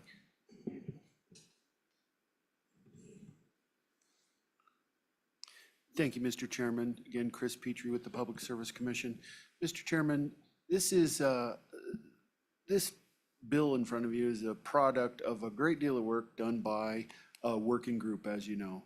The Public Service Commission did not necessarily provide the motive power here. There was a lot of work done, particularly by Mr. Hendricks and Ms. Levine and other industry folks that participated in all those calls and conversations. This, in my view, is an extremely thorough update of this statute in the sense that the existing Telecommunications Act is an amalgam of many, many revisions and amendments over the years, and it is, in its current state, somewhat less than elegant. This is much more straightforward and clear as to what the commission's role is, what is actually supposed to be regulated, what is not. I think this is a very fine job of updating this bill's or this statute, this set of statutes, so that it is rational and usable for people. It doesn't work a tremendous change to the status quo. Much of what is occurring now would remain the same under this bill, but it's much more straightforward, much more clear, and there are some details that have been addressed. For example, the assessment of Wyoming Universal Service Fund charges on prepaid wireless, similarly to what you have recently done with 911 surcharges. That's a difference from what currently exists. Much of the rest is reorganizing and rationalizing the elements of regulation that are there already. So it's, to me, largely retains the status quo. This is not a revolutionary move, in my view, but I think it's very well done, and it's a vast improvement over the existing language of the statute. Great. Questions for Mr. Petrie? Representative Yen. Mr. Chairman, thank you. Mr. Petrie, on page 21, there's kind of awkward language about policies, practices, rules, regulations shall be filed with the commission, and its original language was in such form and detail as the commission may require, and now it says a simplified format, which is not required to comply with the tariff formatting standards that were previously adopted by the commission.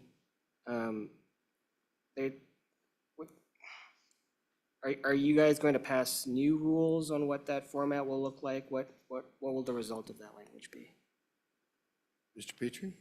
Mr. Chairman, Representative Yin, that is a reference to some very exacting requirements of tariff formatting that I believe everybody's in agreement are not necessary or appropriate for modern telecommunications services or regulation thereof.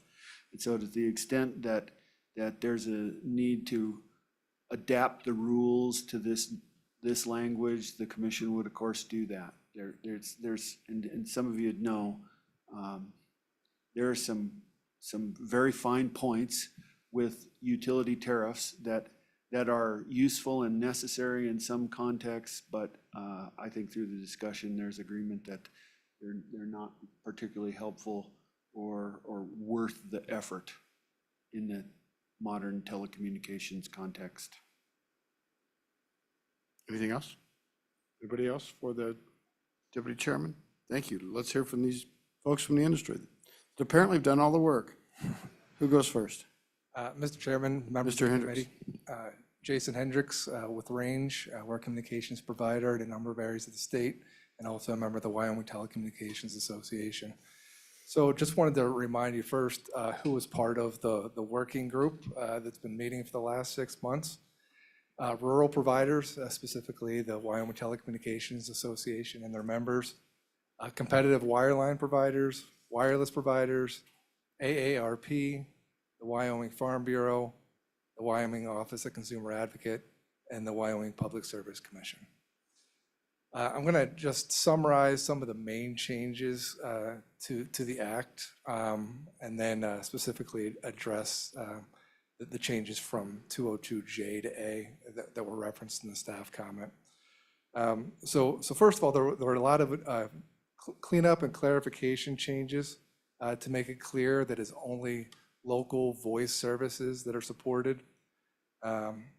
Better clarification on what's regulated, specifically non-competitive essential telecommunications service, which is local voice service that hasn't been declared competitive. There's an ability to have streamlined price schedules without the requirement to file paper copies. So this kind of touches on the point that was just raised by Representative Yin. Broadband service was added to the services that government entities can provide only upon certain limited, or with certain limitations. Language was added allowing for means to assess prepaid wireless providers. And then there were other conforming changes. Specifically related to 202A versus 202J. When we presented this in Evanston, the proposal at that time would be that there would be a statewide investigation on which services were competitive. And then those services that were competitive would be declared competitive and taken out of regulation, no longer eligible for universal service. So we worked through that and talked about it, and the main concern on why that was taken out and replaced with what was in A is primarily because of cost and timing. For the state to do that, or for the Public Service Commission to do that kind of investigation, it would have taken a lot of work. They would have probably had to hire a consultant to do so because they don't have people on staff that could understand that, or just to undertake the vast amount of resources necessary to investigate that and determine what's competitive for thousands upon thousands of locations. So because of that cost, that would have to be borne somehow, whether through commission assessments, general fund, Wyoming Universal Service Fund contributions, what have you. It would have taken a lot and somehow it would have to be recovered. Instead, we'll put the language into A, and A is the current ability to determine which areas are competitive. And it can be upon petition by any provider or by the Public Service Commission on its own motion. And what this now allows in A is that instead of a provider getting universal service fund for their entire service area, certain sub-elements of their locations could be declared competitive. So you could have some areas deemed to be competitive, some would remain non-competitive, but it'd be a more efficient process within what the commission already allows and what's already in the rules and in the statute for that kind of investigation. So much more narrow, much more efficient, but it gets to the heart of the matter of having locations be declared competitive and theoretically have universal service funds focused more on areas that are non-competitive and not being wasted for areas that are competitive. The other positive about that one is having it there means that section goes into effect upon the effective date of the act or the changes to the act. Whereas an investigation would have been more like a 2-year process because there's currently a grant-making proceeding going on broadband. A lot of things that would affect where services provided and deemed to be competitive. So we're looking at that kind of investigation is probably 2, 3, 4 years before it'd be done. By putting it in A, this actually allows for this to be done quicker if somebody wants to do that kind of investigation. So those were the main reasons for the change. And then again, related to the cost aspect of it is it's not necessarily true that if areas are deemed competitive, that universal service funding would go down in total. It just depends on how the cost allocation is done and so forth. So that's the main reason for that change. Some of the definitional changes were just, there were changes in the definitions, but ultimately it just comes down to the fact that it's just local service is what's regulated and supported. And some of the other stuff was just taken out as being obsolete or just being in there and not really even being used within the rest of the statute. So those were the main changes and the reasons for them. And that's all I have, but I would turn it over to my colleagues to add anything they might have. We'll go next. Ms. Levin. And Mr. Chairman, the one issue I want to address, because it is adding quite a bit into the statute, this is in section 501. I'll get to the actual page here. This is the imposition statute for having prepaid wireless contribute to USF. This is on page 33. We modeled this after prepaid 911. And so the Department of Revenue, has already gone through this process once with their vendors. So this was kind of a known entity to them. So we tried to model that language as close as possible so that we weren't creating new burdens either on the department or necessarily on the vendors. The one, we did have meetings with the Department of Revenue. They are fine with this language. The one issue that they did ask for and said was very important was the delayed implementation to July 1, 2026.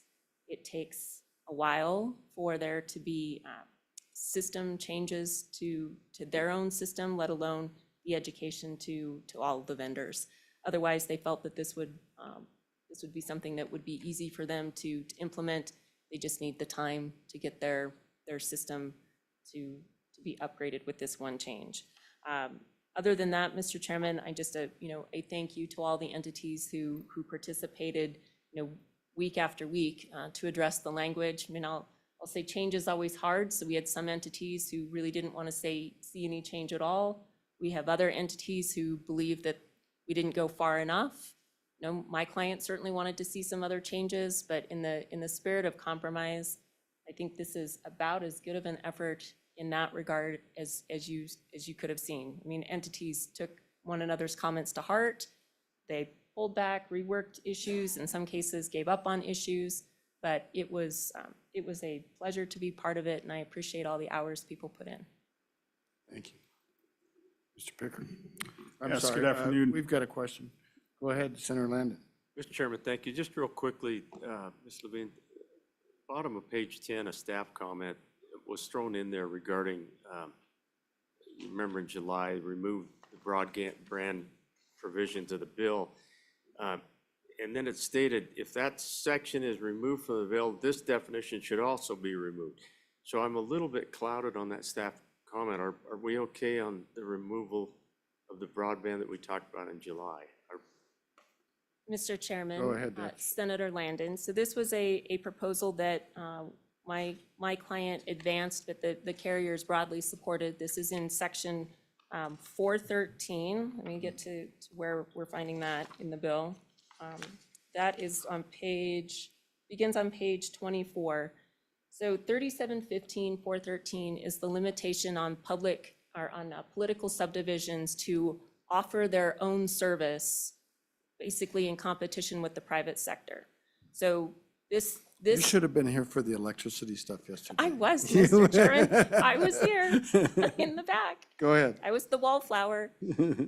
Go ahead, I'm sorry.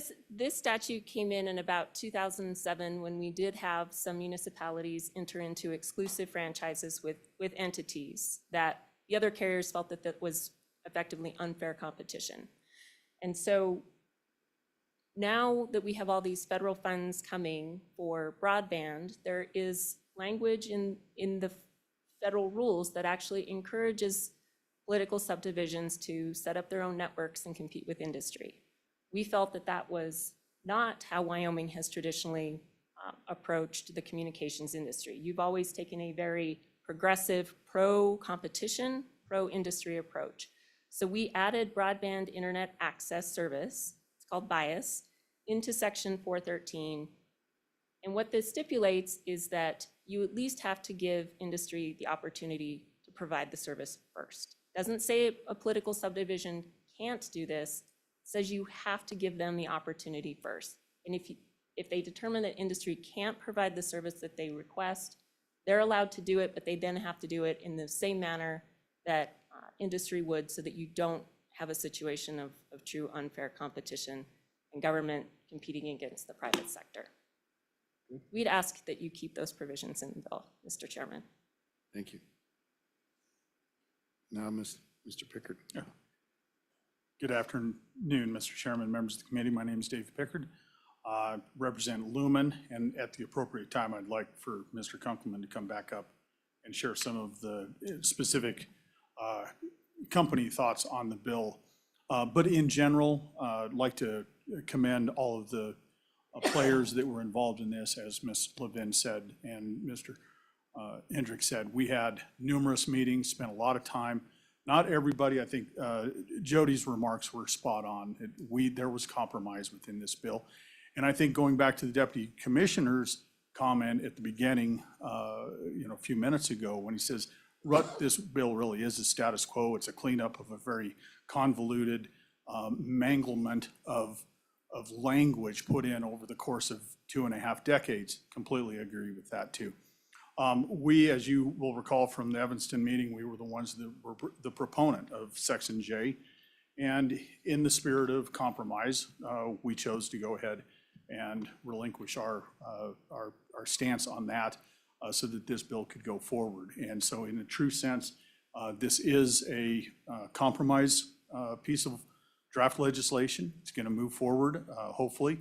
It has some very important aspects in it, including the 911, including the updates in a few of the definitions, and of course what Jody just spoke to regarding the bias.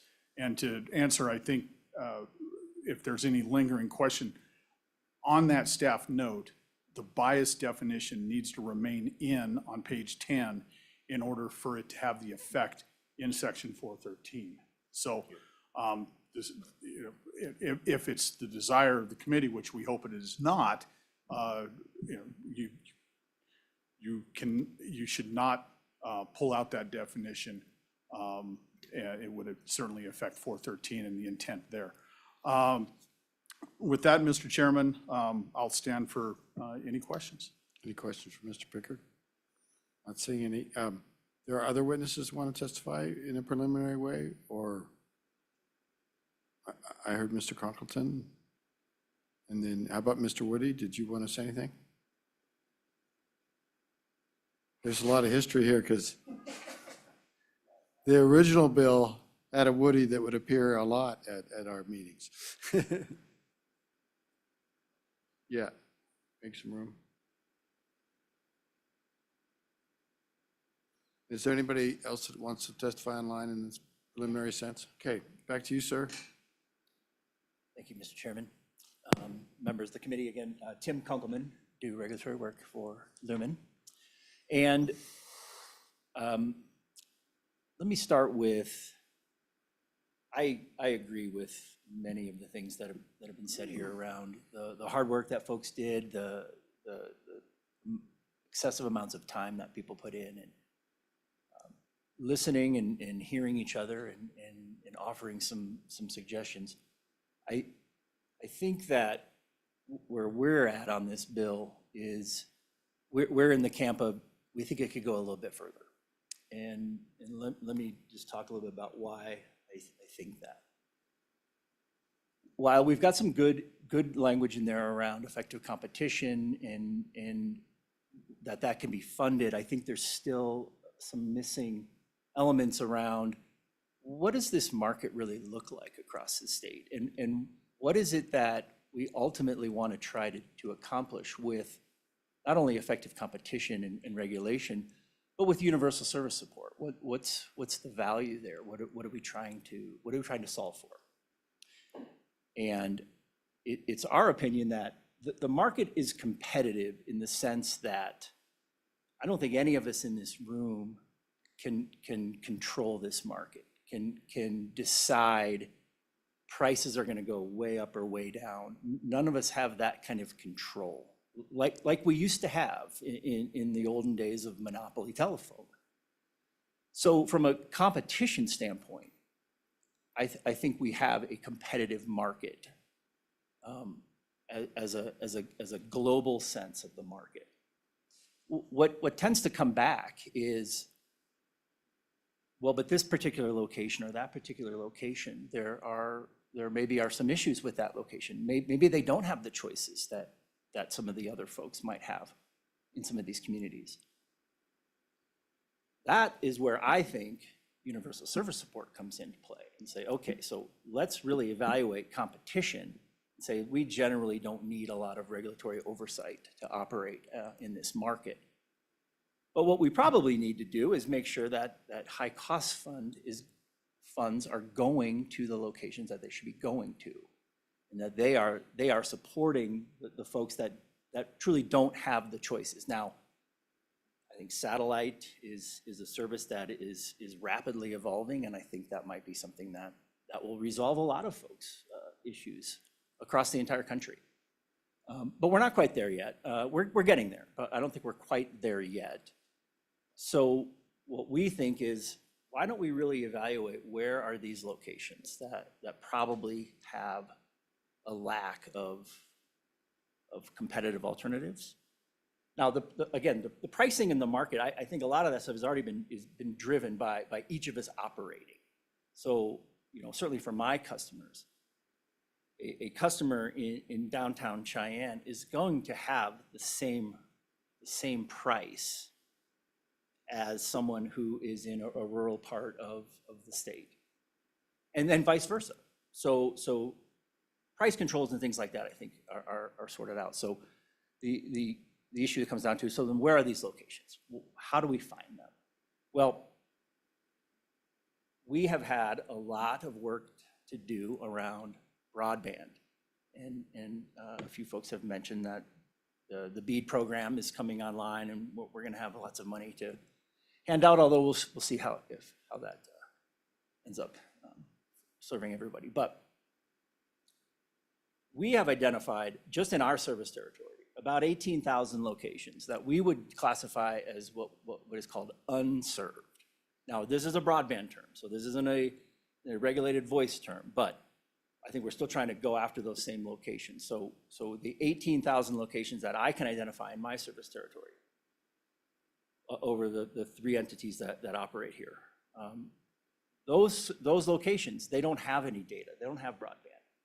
They are very, very likely on a copper facility that probably is a high-cost facility, high-cost location. So I think we can identify these things is where I'm really going here. Now, do we want the commission to have to do a bunch of work and commit a lot of resources, both time and money? No, I don't think we do. But I also don't know that we have to, because a lot of us, all of us, have identified these locations. We report information to the state through the broadband office, through the business council here.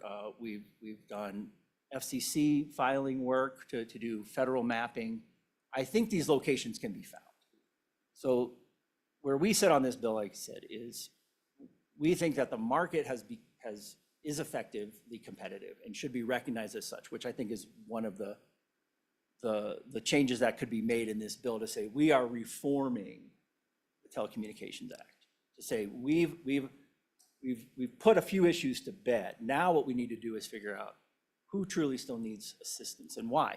And can we really make sure that those are the locations that get this first funding for these broadband funds, so that they are the ones who truly are going to get the technological upgrade. And they're not going to be on this 10-mile copper loop anymore. They're going to be on broadband facilities. So I think that there is a way to find that kind of answer and identify those kinds of locations. And then we can see how that shakes out in terms of broadband funding. I don't know the answer if it's going to go higher or lower in terms of what that support needs. But I think we're at least identifying the folks that probably really need the assistance and the support, and that we're not bogging it down with any sort of other regulatory type of general marketplace oversight. So I'll stand with any questions you have. But you don't exactly have a specific change, right? You mean in terms of an actual amendment to the bill? Right. Well, we have some language that we've been talking about before. I think we certainly could come up with something that maybe isn't quite as onerous as where we were in our discussions over the summer around having the PSC do some sort of study. I think maybe there's a way to look at the information and the data that already exists and see what that tells us. So no, I don't have anything specific. I do have something that we have written in the past that I think can be modified. So our conundrum is we need to pass this bill to get it into the session. If there are major changes to the bill that's going to happen in a session, they have to conform to the bill title, which is probably doable. It's, there's a lot here. So we may not be able to get it today, but it seems like the committee at least ought to hear what your thinking is before we finish the bill. So if you want to give us anything in written, or I sort of understand where you're coming from, but I couldn't translate it into specifics. In fact, I have some of the same concerns that you have, always have, but. Maybe one thing, Mr. Chairman. Let me say this. We aren't going to stand in the way of this bill moving out of this committee today. Okay. How about that for starters? That's a good one.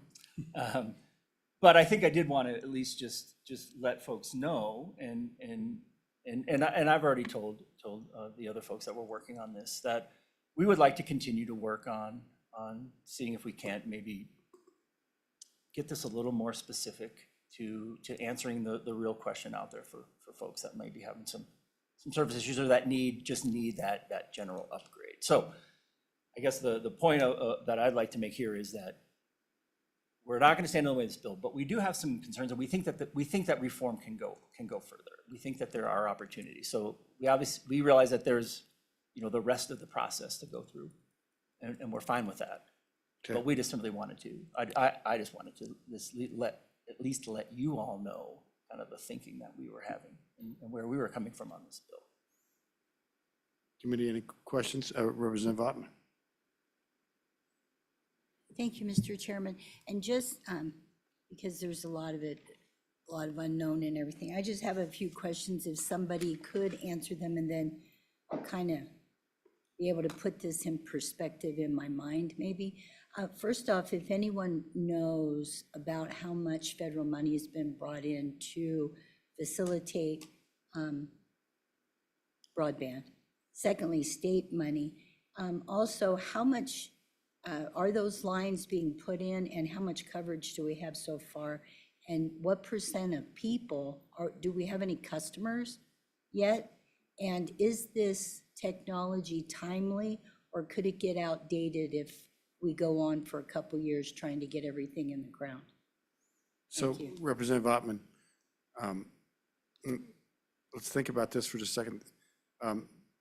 This isn't a bill about broadband. Broadband is handled by the Business Council, and there's a whole infrastructure about where they're putting the broadband funds and how to get there. Some of these people are definitely participating in that. The PSC, are you involved in the broadband efforts? I don't believe you are. So I'm trying to figure out, it's not necessarily relevant to this bill, because this isn't, we kept broadband out of it except for this one purpose that came in at the end. So I don't know, does anybody want to try to direct her in the right direction, maybe? Mr. Hendrickson. Sure, Mr. Chairman, Representative Ottman. I can give you some rough numbers.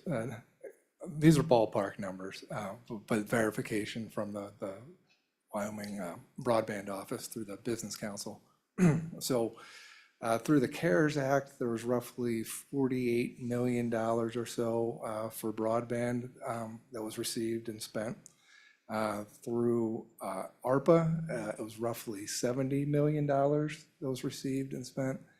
And then through this BEAD program, it's 300 and some million. And so where we are in that process is mapping has been done to determine which locations are unserved. So that has been done for purposes of broadband to address Mr. Kunkelman's issue. So with broadband, we know the unserved locations. Now that's being fine-tuned right now. There's mapping that has to go back to the federal agency that oversees this. They give the money to the state then distributes it. So that's still being determined. The application process is actually opening up next week, scheduled to close tentatively December 5th, although that's probably going to be pushed back. So that will bring a lot of money into the state that'll have broadband deployed, which will help fix unserved locations for broadband and may address voice issues as well. But for purposes of this fund and for purposes of this act, what we're talking about are non-competitive locations for voice, and there are those locations.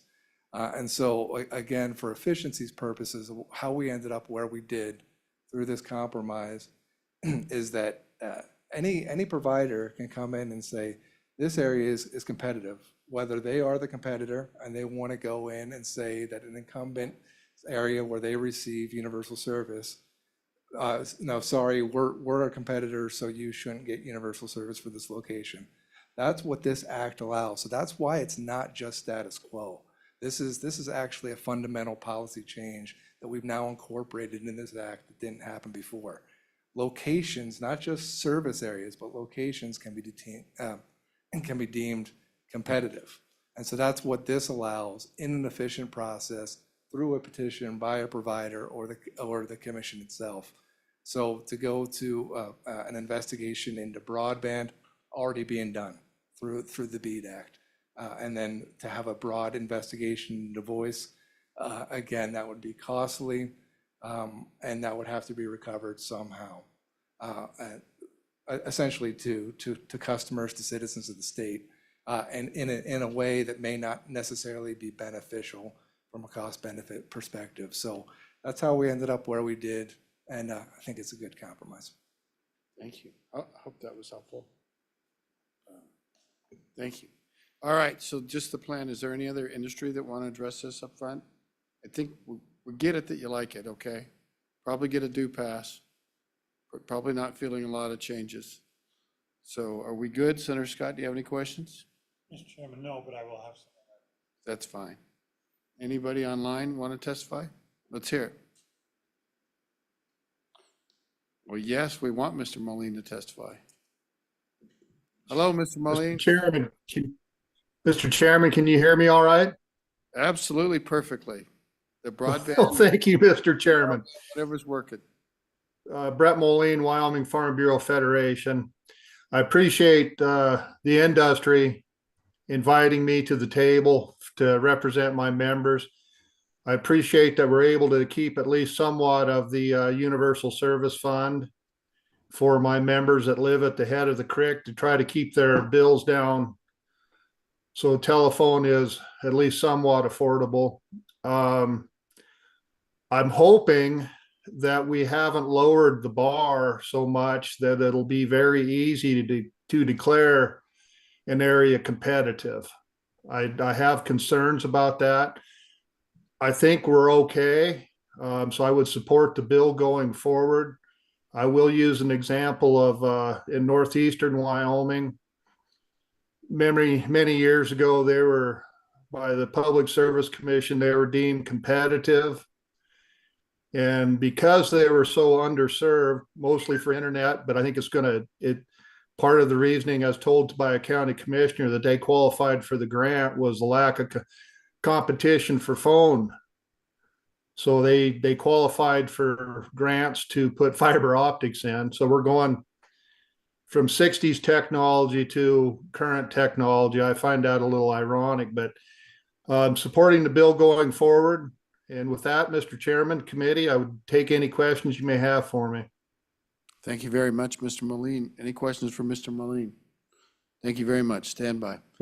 Oh, wait, Thank you. I'm sorry. We do have one, Representative Yen.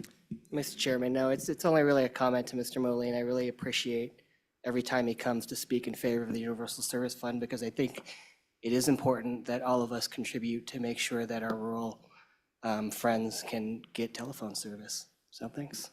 Thank you, Mr. Yen. I think Mr. Moline is nodding his head. Senator Scott. Mr. Chairman, just competition, just a comment from Mr. Moline. The horse escaped on the declaring things competitive some time ago. And in my area, it was all declared competitive. And yes, a majority of that territory was, but not all of it. The places, topography that prevented the competing service from being effective. And that does cause some problems on the existing circumstances. Thank you, Senator Scott. Anybody else? Anybody else? Thank you, Mr. Moline. Is there anybody else? Thank you. Is there anybody else in the room? Committee, you've heard the testimony. What is your pleasure? Move to bill. Motion by Scott, second by Harrelson. Discussion. Mr. Chairman. Senator Scott. Mr. Chairman, I want to propose some amendments on page 24, and this is to the section on quality of service. And I think I've got three of them. I think they better be handled separately because they are different. Let's take up the first one. First one is on page 24, line 2. On that line, delete shall and insert may, so it read, a complaint may be noticed and heard. Right now, the existing law seems to require you get a complaint, that there be a hearing on it. In fact, the common practice has been if the public service can get it resolved, they don't bother taking it to a hearing, and that's the point of the amendment. It still have to, if you go do it, then you still have to go through the Wyoming Administrative Procedure Act. Is there a second for the amendment? Got a second from Landon. Mr. Petrie, did you want to comment on what that would do to your statute and your complaint process? Do you know where we're at? Okay. I will definitely help you. Senator Scott has taken us to page 24 of the draft bill, and it's under 3715-406, quality of service, subpart B, and it's in the very first sentence. Well, it's the second sentence, actually. Begins on line 2 of page 24. We'll give you a minute to catch up. Turn your mic on, sir. Thank you. Thank you, Mr. Chairman. This is the language: a complaint should be noticed and heard as provided for in the Wyoming Administrative Procedure Act. Yes, and Senator Scott is proposing, and he has a second to say a complaint may. And Mr. Chairman, actually, the Public Service Commission in all cases of complaints has a kind of a two-tiered process which internally we'd refer to as an informal and then a formal complaint. And so what Senator Scott's referring to would be retaining that option to resolve things informally when possible. And that is actually the way most complaints at the commission are resolved. So it'd be So fine. you don't see a problem with this amendment? No, Mr. Chairman. Okay. Committee, with that, any other for discussion? All those in favor signify by saying aye. Aye. Any opposed? Keep going, Senator Scott.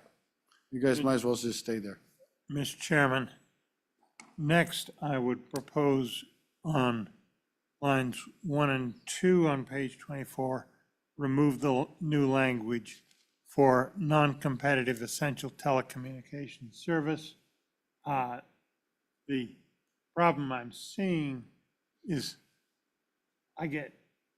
none of my constituency, I think, is in a non-competitive essential telecommunications service area, but they sure do on occasion have complaints. And some of it is you can't get the companies involved to respond to outages. You can't deal with them. They promise a service and then they don't deliver. There's a number of things can happen. And the ability to complain to a governmental entity, the Public Service Commission, is important to us. And I've heard a number of complaints. Why don't we in the try to past get a few years. second for your idea? I think Okay. you've gone ahead and explained it, and that's fine. Got a second by Ottman? Keep going, Senator Scott. Okay. I've heard a number of complaints from around the state. They were, for a while, I think, getting referred to me. And some of them were really quite serious. So I think it's important that this doesn't affect the other features of the non-competitive or competitive area. This is just for handling complaints, and I think it's important that people continue to have an avenue for making a complaint about telecommunication services. Thank you. Let's hear from the commission. Mr. Chairman, this is something that I believe we've had quite a few discussions about. And it's a kind of a difficult pickle here because the commission has never ignored complaints from customers who are not really customers of regulated companies. And so what we've always done is what's described by Senator Scott. We do our very best to listen to those complaints and contact the provider that the complaint is lodged against and try to broker a solution as best we can. And most of the time, I think the commission complaint staff and commission staff is successful working with companies to get some satisfaction for customers that are having problems with their service.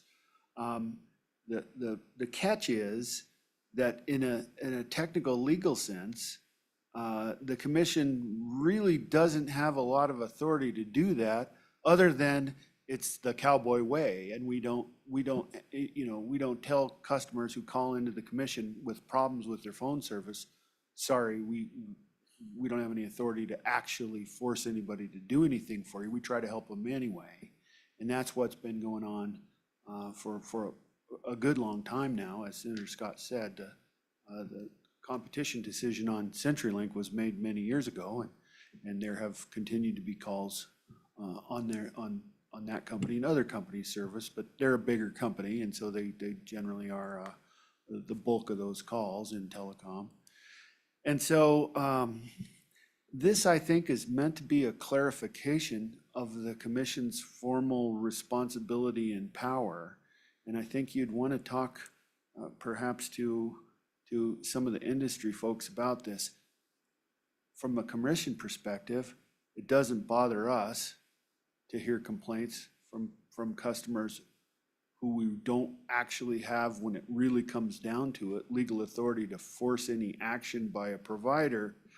But I think we're glad to and good at getting a lot of those problems resolved. So let me ask it this way. Removing this language doesn't necessarily increase the commission's authority. Mr. Chairman, that is correct. So it's kind of benign to remove it in a way.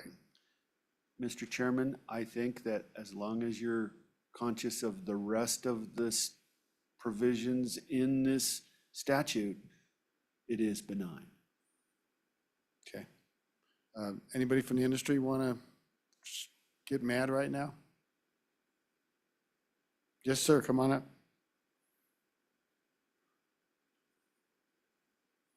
How's that Anaconda Systems working out across the state of Wyoming?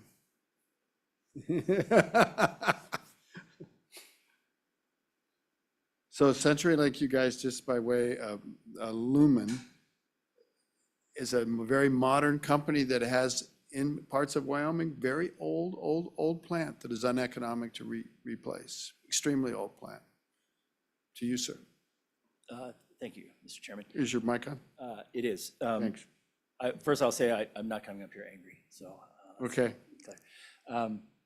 I think the point of this particular language is what then follows after. And even though you've changed it to, the change from shall to may, I still don't think that changes the fact that what we're talking about with this non-competitive essential telecommunications service amendment is that is the jurisdiction of the commission to take it to that next step. So what Commissioner Petrie said is absolutely true. We work with the commission all the time on resolving customer concerns, whether they be billing or service or what have you, lines hanging in an alley or something like that. But when we get to the point of, are we going to notice this and have a hearing on this complaint? I think that's where we're trying to draw that distinction, is between what is regulated by the commission and then thus subject to all of those types of requirements to adhere to complaints and have hearings and bring witnesses and those sorts of things. So I think that's the distinction we're trying to make with having that amendment there to clarify what then gets formalized. We're going to hear from Mr. Petrie and then we'll bring this home. So thank you, Mr. Petrie. Mr. Chairman, I appreciate Mr. Kunkelman's point there. It may be that the language that Senator Scott is suggesting we strike, having already achieved the amendment with shall to may, it may be that if you move that non-competitive essential telecommunications service language down into the next sentence, so that a complaint against a complaint pertaining to a non-competitive essential telecommunications service may be noticed and heard as provided in the Wyoming Administrative Procedure Act. What do you think of that, Senator Scott? That might satisfy Mr. Kunkelman's issue and Senator Scott's. Mr. Chairman, I'm going to want to go the other way. Okay. Mr. Chairman, it really is difficult getting service out of certain of these companies that are not locally owned. And gotcha. Even the people you call don't always speak the English language very well. It's okay. I think you made your point, so I don't think that'd be acceptable. We'd still pursue it up here. We'll see if we got the votes or not. Any other points to be made? To Mr. Conkelton's point, I think you could argue if it's about a service that you're not regulated, that you don't have to show up at this complaint proceeding. It's not the nicest way to go. It's better to cooperate, but I think you could do that. And you would agree, Mr. Petrie, don't you think? Mr. Chairman, that is correct as I see it, and I think that's been the commission's understanding since the first competitive determinations are made. Fair enough. Okay, back on the motion. Any further discussion on the motion? Senator Land? Just real quickly, Mr. Chairman, I think that I heard just now that nothing's going to preclude anyone from, complaining to the commission with regard to the quality of service provided from their telecommunications company. This particular language goes directly to that complaint process under administrative procedures. And it sounds like the commission is pretty darn good at helping consumers out there to get past some of the roadblocks in the telecommunications industry. So this language doesn't preclude anyone from getting in touch with the commission with regard to a complaint. I think I agree. Anybody else on this? So the motion is to delete the new languages on page 1 and 2 of line 1 and 2 of page 24. The language is for non-competitive essential telecommunications service. That would come out. All those in favor signify by saying aye. Aye. All those opposed say no. No. Let's have a show of hands. All those in favor say aye. Got 1, 2, 3. Sounded like more than that. Opposed? 1, 2, 3. Okay, that has failed. Back to you, Senator Scott. You had one more, you said? Mr. Chairman, I don't see any point in it. I think the thing to do at this point is simply oppose the bill. That's fair enough, Senator Scott. Anything else? Mr. Chairman. Who's that? Representative Yen. Mr. Chairman, I definitely know the providers would not be in favor of this, but I would like to remove broadband from the bill. I'm sorry, I didn't hear you. Mr. Chairman, I know that the providers would not be a fan of this, but I would like to remove broadband from the bill. Okay. And so I believe that Mr. Anderson already pointed out where that is. It's both the definition and 3715.413. I think those are the only places, correct? Okay, so, And so I'll make that a motion. all right, we got a motion by Yen to remove broadband. Is there a second? Is there a second to that motion? Just to be clear, I think it's only used within this bill to define whether a service is competitive or not. I mean, that's the base of it. And you're seconding it? Yeah. Okay, we do have a second. Discussion. Mr. Anderson, you want to tell us what that does? So, Mr. Chairman, 1 second, let me find the right pages here. Well, it was added on all those pages. There was a staff comment that kicked it off with the definition. Correct. So there's the definition that would get removed, which is on page, I missed it. It's early. Is on page 10, be deleting lines 14 through 21. And then it would be beginning on page 24, you would remove section 3715.413 from the bill. So that would be the balance of page 24 and pages 25, 26, 27, and page 28, lines 1 through 17. Okay. You agree with its impact? Okay, discussion? Any discussion? Anybody have heartburn, want to talk to us about it? Commission, do you want to talk to us about it? Nobody has heartburn. Any discussion? Oh, Ms. Levin's coming. They've worked all the time. It's been in a working group. I know I'm granting leeway for people to weigh in on this stuff, but Sorry, Mr. Chairman. Go ahead. Jody Levin, Charter Communications. To clarify, the bias is not in here in terms of a declaration for competitive services. It's in the limitation on political subdivisions being able to compete with industry. fair enough. Thank you for doing that. That's the clarification. ask for your support. So just take questions. Anybody? So what this means, if broadband comes out, as Representative Yin is proposing, then there would not be a limitation on communities providing those services. That's correct, Mr. Chairman. Mr. Chairman, if I may. Go ahead. So from my understanding, with broadband in there, there are restrictions for political subdivisions like municipalities. If they wanted to put up their own community broadband, there are regulations requiring them to do certain things with broadband in there. So the regulations were for telecom services, and then with broadband in there, it makes it explicit for broadband as well. And Right. Ms. Levin can You concur? opine. Mr. Chairman, yes, I mean, that's the intent. It's not a prohibition, it's a limitation. It requires the political subdivision to first put out an RFP to industry, essentially, to provide the service. And if they determine that industry cannot provide the service, they're still allowed to move forward and provide the service, but then they have to do it in a mechanism that would have them compete similarly to industry. Okay, is everybody good?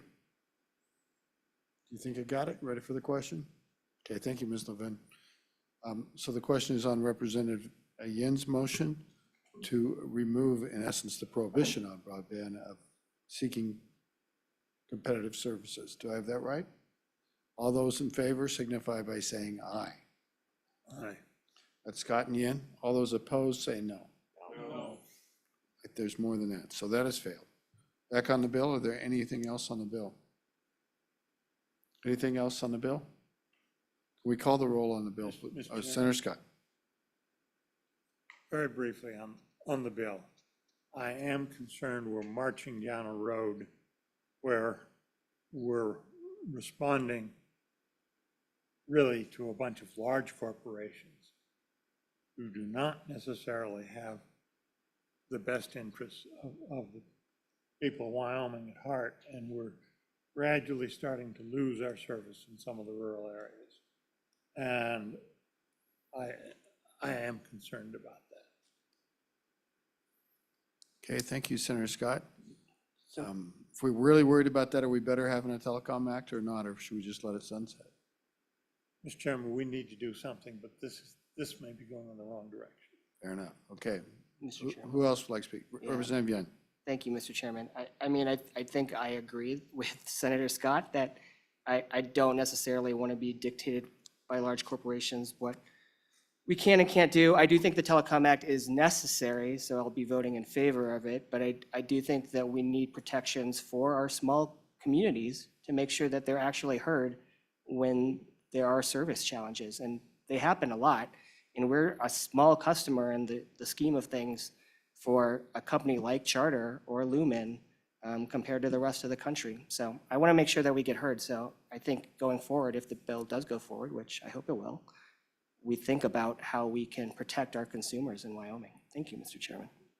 Thank you, Representative Yin. Anybody else? Are they saying anything else? Why don't we call the roll on the bill, please? Mr. Chairman, this is roll call for 25 LSO 0203, Wyoming Telecommunications Act revisions as amended. Senator Barlow? He's excused. Senator Boner? Aye. Senator Landon? Aye. Senator Scott? No. Representative Chadwick? Aye. Representative Haroldson? Aye. Representative Harshman? Representative Knapp? Aye. Representative Newsom? Aye. Representative Ottman? Aye. Representative Wiley? Aye. Representative Yin? Aye. Co-Chairman Olson? Aye. Chairman Case? No.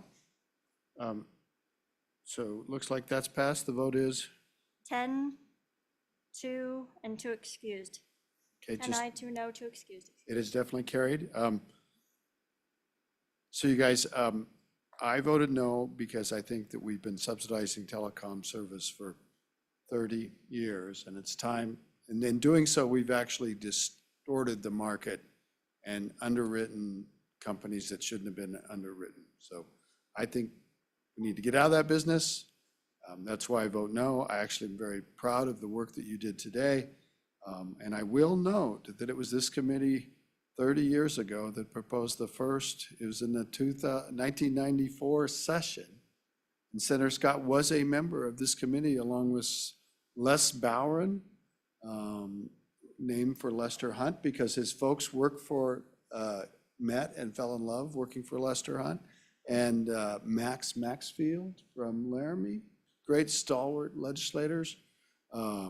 Jim, who was the lawyer in the Senate? James Applegate. Great, big, huge lift on this bill to bring it through the first time. And it's still here. So thank you very much. Good work. Mr. Chairman, I will recall that session. I had not been on the interim. It came to us, I believe it was an interim bill. And there was a 2-2 tie In the Senate. in the Senate committee. And I remember it because I was the third member and voted maybe. And had to back up and mentally flip a coin and vote aye on that deregulation. And I've never been sure I did the right thing, and I'm still not sure I did the right thing. And just by personal note, I wasn't a member of the committee either, but I was drafted to help the committee. And so I did become a committee with the first year with Senator Scott, but he'd already been on the committee before. He'd already been chairman of the committee at one time. So it's crazy. Anyway, we're done with telecom. Thank you very much. We're going to take up the regulation bills, the executive orders. And so, Mr. Chief Perkins, did you want to start us off with anything preface? Thank you all for your work. We got two bills, executive orders repository and executive order requirements. Is there a preference on your part? Let's just take them in order. Josh, would you tell us about 25, number 9, executive orders repository?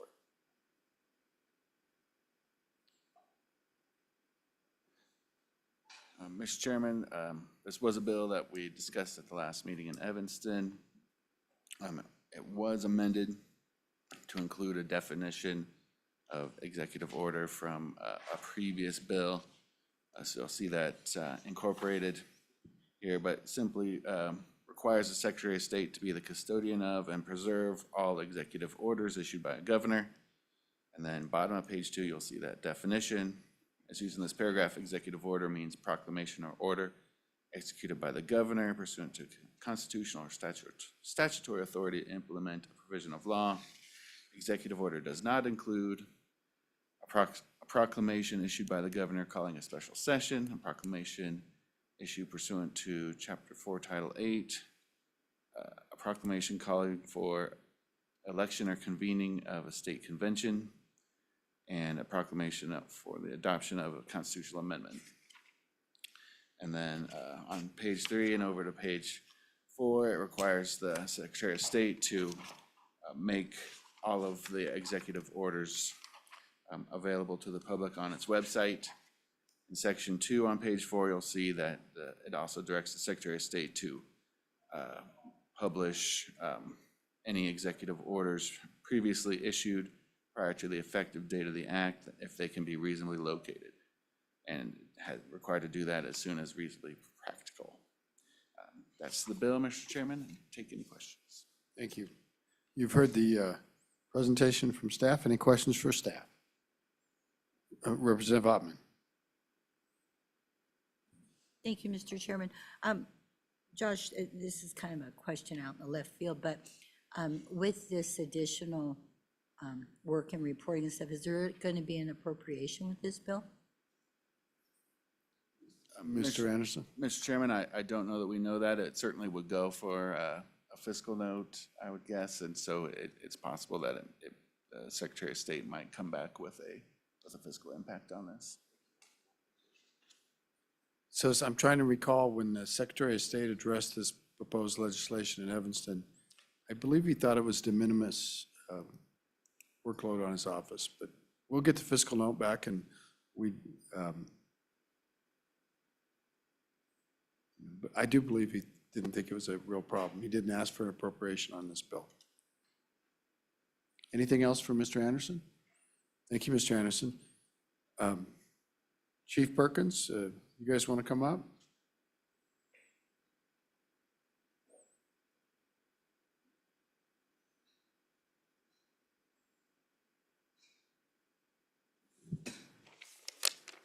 Welcome. Good afternoon, Mr. Chairman. Drew Perkins, Governor Gordon's office, Chief of Staff. On this bill, this is actually, I think, a pretty good idea that you would have executive orders and have a repository. Right now, I can tell you that all the executive orders that Governor Gordon signed are placed on his website. Other than that, the State Museum in their archives, you can go back, you can find them. It's a little bit clunky to get back to them, but they basically have all executive orders stored, all that they could find back to whenever they started. And so you do, it's kind of clunky to find, but they are there. But I think that you would have to know to go there, and the search engine in the archive of the State Museum is not the best in order to find that. You kind of have to, once you know it, you can find it, but it's not easy. But having a repository is a good idea. The comment that I would make about the bill is just, and this kind of also will lead us into discussion of the other bill, which we'll wait until that other bill comes. But I think as we define executive orders, it's just important for the committee to understand executive orders come in kind of lots of different shapes and sizes. And there are executive orders, and then there are, whenever the governor does written authorizations or written directives, he really kind of does it three ways. It's either an executive order, we either do a memo or we do a letter. But there are all kinds of directives that go out to people, and there are all kinds of proclamations. In the bill, and which gets to this bill in particular, we talk about proclamations. You have 4 proclamations listed here that executive order means a proclamation executed by the governor pursuant to the Constitution or statutory authority to implement any provision of law, provided executive order does not include these. I can tell you that the governor signs proclamations almost every week. We did one for Lester Hunt. Lester Hunt. We did them for, I think this week we did one for Registered Nurses Week, and we do them for Mental Health Week, and we do, I mean, there's a whole series of proclamations that come in front of the governor. Those don't necessarily get posted on our website. We kind of keep those around, and if somebody wants a copy of them, we give them. The original is presented to whoever is represented there. But that's also a proclamation, and I don't think, maybe you do, but I don't know if you want to include those proclamations in these. There's weeks that we sign 4 to 8 of these in any given week. Certainly probably in the neighborhood of a dozen or so a month of those types of proclamations. And so it's just it's a semantic issue, and it's just one thing that this committee ought to decide if they want to have those or not.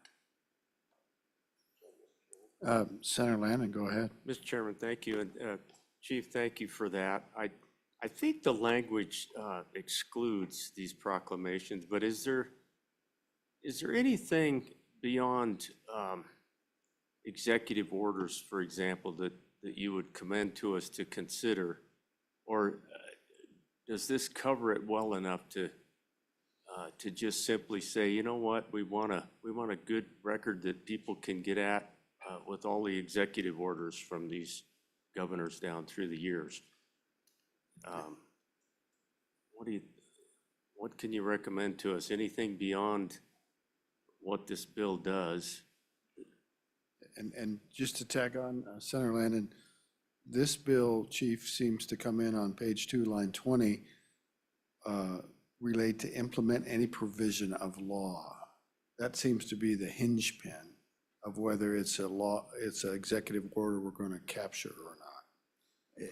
So does that make sense to you or not? It does, except for the fact that we declare it Mental Health Month, or we declare it. But I don't think that's implementing a law. What do people think about that? And Senator Landon, to you. Yeah, thanks, Mr. Chairman. That's why I thought we ought to have a little conversation. It's a good one. I don't know quite how to feel about it at 5 o'clock on a second day. It's 4:43. We got lots of time. So, I mean, Chief. it's of Mr. Chairman, I don't know whether it's any particular consequence. I mean, the idea is, there's no disagreement with the idea with that. It'd be fine if it's a good place to file them. It would be the Secretary's office is a recording office. It's really one of the few, the recording office in the state with a couple of other exceptions. And so it's very appropriate that they be there. I don't think it's a particularly heavy lift. I mean, I think the interesting thing would be, if you want to get delivery, is it going to be digital? Does it have to be hand delivered like bills? And some of those things is, as we talk about that delivery, there may be some, I think you just want to be clear on that so that it seems like the electeds have plenty to argue about. We just don't need them arguing about this one too. I think it's probably not a good idea that we give the Secretary of State rulemaking for this one either. That is not meant to be diminutive about anything. It's just kind of between agencies. Okay, anything else on the bill? Anybody else? Go ahead, back to you, Senator Landon. Yeah, I don't mean to prolong, but for now, this just simply says we're going to take the box and over to the Secretary of State's office, and we're going to hang on to that for a year. And then it's going to go to the Department of State Parks, and they'll do away with it. There's no provision in this bill that I see that we would take electronic captures of these documents so that they could be accessed at future dates. Is that the way we want that bill to look, Mr. Chairman? Well, I don't know, Senator. It seems Chief? like if we were going to put a depository there moving forward, how difficult would it be to capture images of these documents so that they're not lost forever when you take them to state parks? I'm just throwing that out. Representative Newsom, thank you. Save us. Thank you, Mr. Chairman. If we want to save them, I think on page 2 and line 16, we just delete destruction. So then the Secretary of State sends them to state parks for preservation. That's a good idea. Because that's the job of the state archives and state parks to do that work. I think that sounds good. I mean, we're not talking about truckloads of paper. We're talking about the occasional sage grouse order. It'll sort out to what it's actually going to be, but it's not a lot. Josh, want to get attention? So just to clarify, Mr. Chairman, so there's two different things. So the first sentence is they shall be preserved as a permanent record. And that's in there. And then the second sentence is all other proclamations shall be preserved for 1 year. So there's two different types of documents that we're talking about. So sounds like all other proclamations are included, but they only go for a year. Mr. Chairman? Yep, go ahead. And the way those proclamations, you've seen them. Sure. You got them. And so typically, they're not made in a duplicate, although it's certainly not hard to print off a copy and send it somewhere. So it's just, it's not that, considering all the paper that goes through that office in a year, I don't think it's not, and I don't know that the committee needs to take a lot of other time about it, and that's I'm glad you picked up on that point, which is that it's all other proclamations. The proclamations you're talking about, which are these very specific ones in the Constitution, those proclamations are one thing. These other ones, I can't think of a reason why you'd want to preserve them for indefinitely, but other than they are part of the record, they are part of the archive of the state. Okay. Representative Newsom, we'll go back to you on this. Thank you. I think that as we look at page 2, line 16, and it talks about the destruction or preservation, in there I believe we could add digital, electronic, some notation that would allow state parks to archive them in a digital manner and not have to keep the actual piece of paper. Yeah, and recall now the black language, of course, is existing language. That's what the law is for the Secretary of State now. The Secretary of State is the custodian of and shall preserve all proclamations of the governor proclaiming the effectiveness of constitutional amendments, the Secretary of State shall resolve, all that. And you're saying, you want to talk about the form that's submitted, but that affects everything in that paragraph, all other things, not just these executive orders. You see my point? Yeah. It's old language, and sometimes it's clunky. I think this one's probably good enough, you guys. Can we get, is there any public testimony online? Anybody else? Committee, you've heard testimony. Do we have a motion on the bill? Got a motion there. Got a second by Newsom. Discussion? Any proposed amendments? Mr. Chairman.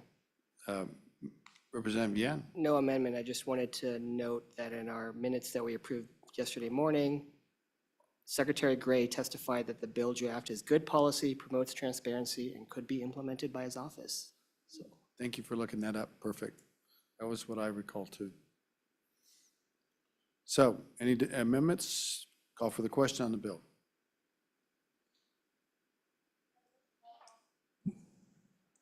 Mr. Chairman, this is roll call for 25 LSO 0009, Executive Orders Repository. Senator Barlow? Excused. Senator Boner? Aye. Senator Landon? Aye. Senator Scott? Aye. Representative Chadwick? Aye. Representative Harrelson? Aye. Representative Harshman? Excused. Representative Knapp? Aye. Representative Newsom? Aye. Representative Ottman? Aye. Representative Wiley? Aye. Representative Yin? aye. Co-Chairman Olson? Aye. Chairman Case? Aye. Thank you, Katie. I didn't hear any no votes, so we're going to call that one a good one. And now the next bill for consideration, and you guys just want to stay there, we'll be efficient. Josh, you want to stay there if you want? You're welcome to come out. Talk about the next bill. Sure thing, Mr. Chairman. So this one is 25 LSO 145. It was brought to the committee in Evanston by Speaker Summers, and the committee listened to it and then forwarded it to this meeting for further consideration. Mr. Chairman, beginning on page 2, you can see a definition of executive order there, directive from the governor of the state that manages the operation of state government. Executive order shall include a declaration of a public health emergency or other state of emergency and proclamation issued by the governor. Subsection B specifies that an executive order can be in effect for not more than 6 months, and the governor may extend that for an additional 6 months, so a 1 year total. And after that, it can only remain effective if it's issued in compliance with the next section, 91226. Subsection C provides that an executive order shall not be valid or effective against any person or invoked by the governor for any purpose until it has been filed with the Secretary of State and made available for public inspection. And then 91226, beginning on page 3, this creates a process very similar to the administrative rulemaking process for the governor to adopt what this calls a continued executive order. So anything that goes beyond that 6 month or 1 year limitation in the previous section. So you can see a lot of the process there follows that rulemaking procedure, give 45 days notice, provide a copy of the executive order, the time when there can be a hearing, and statement of the terms, a place where an interested person can get a copy, a concise statement of the principal reasons, and give people the opportunities to submit data with at least a 45-day period, and then an opportunity for hearing at the bottom of page 4 if requested by 25 people. And then again, continuing there, at the bottom of page 5, no continued executive order shall be adopted and valid unless submitted, filed, and adopted in substantial compliance with that section and this section. And it can be contested within 2 years. Again, this is all language taken primarily from the Administrative Procedure Act related to rules. Requires the governor to include a copy of the executive order if the governor publishes a newsletter or other written or electronic communication. Subsection D, bottom of page 6. The governor's office is required, or the Secretary of State's office is required to maintain a file of these notices and make them available for public inspection. And then in section 2 on page 7, that's a public health emergency and just says that it's subject to the requirements of those 2 new provisions. And then it specifies that the act only applies to new executive orders after the effective date of the act. That's the bill, Mr. Chairman. I'd take any questions. Thank you, Josh. Any questions for Josh? Any questions? Chief Perkins, do you want to weigh in? Sure, thank you, Mr. Chairman. With respect to this bill, I just wanted, do have a couple points that would like to make before we talk about specific provisions of the bill. Okay. Mr. Chairman, thank you.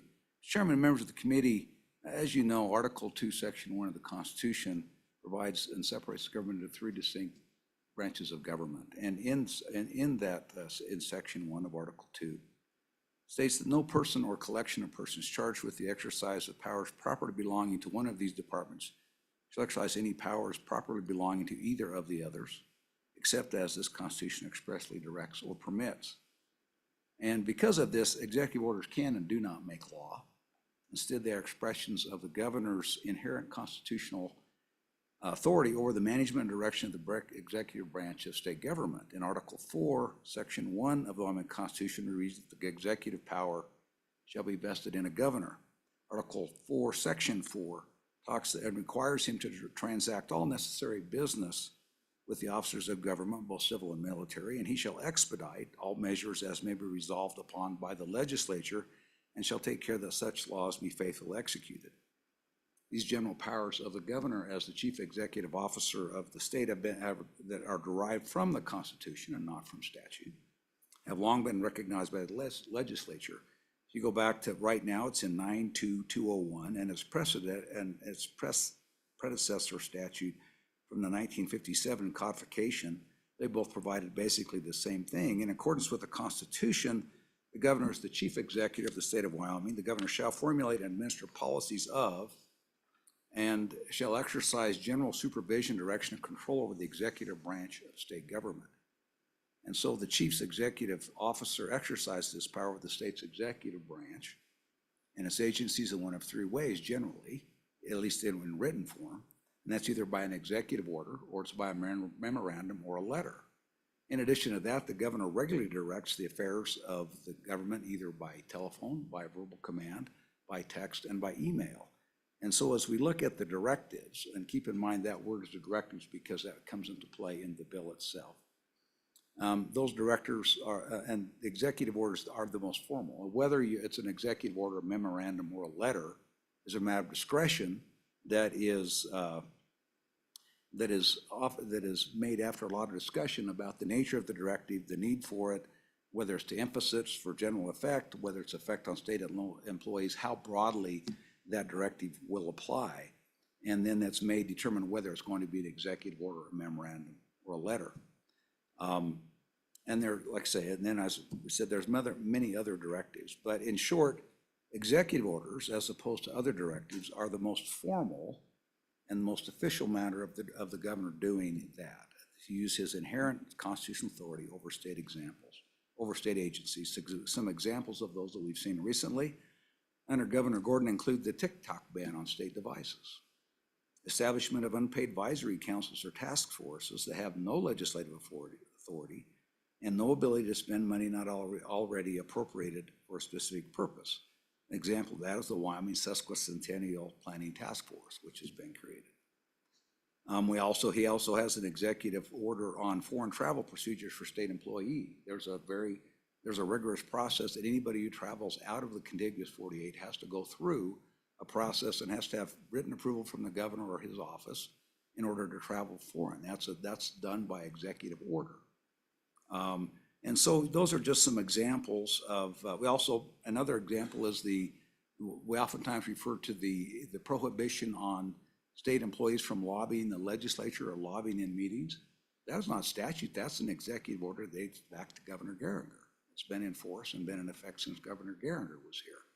And so you can see that executive orders have various ways of affecting policy and oftentimes are simply the chief executive's ability to exact and to direct the affairs of the executive branch as they come up and as any chief executive is appropriate to do. Executive orders, therefore, can very generally be divided into two very, very broad categories. One is, as described above, the first is described above, this constitutional executive order authority. And the second is a more general management. That's also described in Article 4, which is that provision to expedite all measures as may be resolved upon by the legislature. The second type of executive order affects more than management and direction of state agency, usually, if not always, is specifically authorized by statute. In other words, the legislature has given the governor in certain instances the authority to command or to provide executive orders. Every executive order of the second type that has been issued by Governor Gordon specifically cites the authority or authorities under which it has been issued. All executive orders, as we've said, are publicly posted on the governor's website. All known executive orders are also available through the website of the State Museum and its archives. Examples of the second type of executive order, which are quite frankly the most frequently issued executive orders, are temporary exemptions from permissible operating time regulations. That usually has to do in the wintertime with propane drivers delivering propane to rural people so they can get their propane. And I think the statute only provides that those can extend for, I think, 30 or 60 days as is. And so most time if we have a significant winter, you'll find a series of 2 to 3 of those executive orders that are issued over the course of a winter in accordance with both that authority, which is given him in Wyoming Statute 31.18.303, is also provided under 49 CFR 390.23. Another example is temporary permits for transportation of oversized and overweight loads of livestock, feed and livestock. Another thing that happens very frequently in the winter, he waives the overweight restrictions on highways for those purposes so you can get feed to livestock. And again, those are in there. And then we've seen, of course, with COVID and fires, we've seen it with the Teton Pass. Then you have other declarations of emergency that he does, and so we do those types of things. He does those types of things when appropriate. So there is a distinction between regulating the second type of executive order and the first type. The second type of executive order, one that's authorized and delegated of a delegation of legislative authority to the governor, is that legislative power, and limiting that is under your discretion. You can do what you want there. Limiting the first type of executive order is inherent power under the Wyoming Constitution, and the ability to limit that is, I believe, severely restricted. The first may be regulated to a certain extent, and the second cannot. Appropriate legislative action may give effect to inherent constitutional authority, but it cannot interfere with that authority. That case has been tried as early as 1893 and as late as 2014. You'll find those types of references in when these issues have gone to the Supreme Court under other examples. The Wyoming Supreme Court as it goes. So with that, I think that the main point in this is in a case-by-case issue, we can argue whether it's sage grouse, whether it's COVID, whether it's any of those types of things. We can argue on a case-by-case matter when those orders cross the line and when they don't. But I think that the attempt to put time limits on all executive orders, establish preconditions for the effectiveness of an executive order to be effective, and subject them to rulemaking procedures on its face without making some kind of differentiation is going to be constitutionally and facially invalid. The governor's assumption with the committee is that the study of this issue is that the committee is committed to have issues and there are, and rightly so, issues with very specific executive orders, but probably not all executive orders as a whole. If there are concerns with specific orders, they likely relate back to directly to specific statutes or to specific circumstances, and And so as such, it's probably better to talk about those very specifically, about what those things are and what those statutes are, and not basically try and have a one-size-fits-all solution to what to do with executive orders and to try and limit those powers. That's probably the better way to go about that. An example, as you all know, most recently, most of us have been involved to some degree in the executive orders with related to COVID. If we go back and look, an example of that is, if you remember, most of the existing public health statutes from COVID had been last looked at and worked at during the polio epidemic, which I think was in the 1930s. Now, my 93-year-old grandmother, who grew up was raised in Cali, didn't go to school for, I think, a little over a year, because they didn't send those kids to school because they didn't want them to contract polio. And that's where most of those statutes were last looked at. And so you had things like burning bedding and bed and clothing and things like that. And so looking at these things in the context of where they are and what they're intended to do, I think are very appropriate, as has been done in examples of the overweight limits and the temporary ability to deliver propane, those types of orders where the governor's been granted that power. And certainly there's having those discussions about sage grouse and sage grouse orders and what that means and what's the best way to go about that are certainly appropriate and would be encouraged to do so, and the governor would gladly enter into those discussions. With that, just with respect to the bill itself, a couple of comments about that. And I think that, again, if you go to, I think the first one on page 2 and line 3, again, here we're defining an executive order, and it means a directive from the governor of the state that manages the operation of state government. And there again, I think, as we've talked about, there's all kinds of directives that come from the governor in many forms, in many informal and formal forms. And so I think in doing that, I think that it's the one thing you'd want to do, as we talk about, is you want to be more specific and probably more limiting than you want to be expansive in those types of things, because it casts, I think, way too broad of a net. I think if you go to line 9, to the extent allowed by applicable law, I mean, so what you have applicable law in this case would either be specific state statute or the Constitution of Wyoming. You already have specific limitations and specific restrictions on some executive orders that are granted. And so to the extent allowed by applicable law to then put this timeliness, I think creates a confusion in the statute itself. And for a Wyoming person to go and look at this statute and then figure out where it is and when it applies and when it doesn't, I think is going to be confusing unless you go back and do significant conforming amendments under other places where they expire within a period of time, as it is. I think also if you look at, I don't know that you want all of them to end within a 6-month period or in the case of a year. Again, going back to the foreign travel executive order, going back to the anti-lobbying executive order, going back to the TikTok ban, do we really want those to expand at the end of 6 months or a year at the longest? So I think that you want to be a little bit, I think you want to be very deliberate about your attempt to go through and just kind of slap this rule on one size fits all. I think with respect to, as you go to pages 3 through the end of the bill, which are mostly until 3 through top of page 7, most of those then are mimicking the rulemaking process. And I think, again, you want to be very careful about trying to put the rulemaking process in effect, both particularly on those of which the governor has inherent authority under the Constitution to do that. To put those types of restrictions probably, I believe, doesn't probably, but I believe it ends up being facially unconstitutional.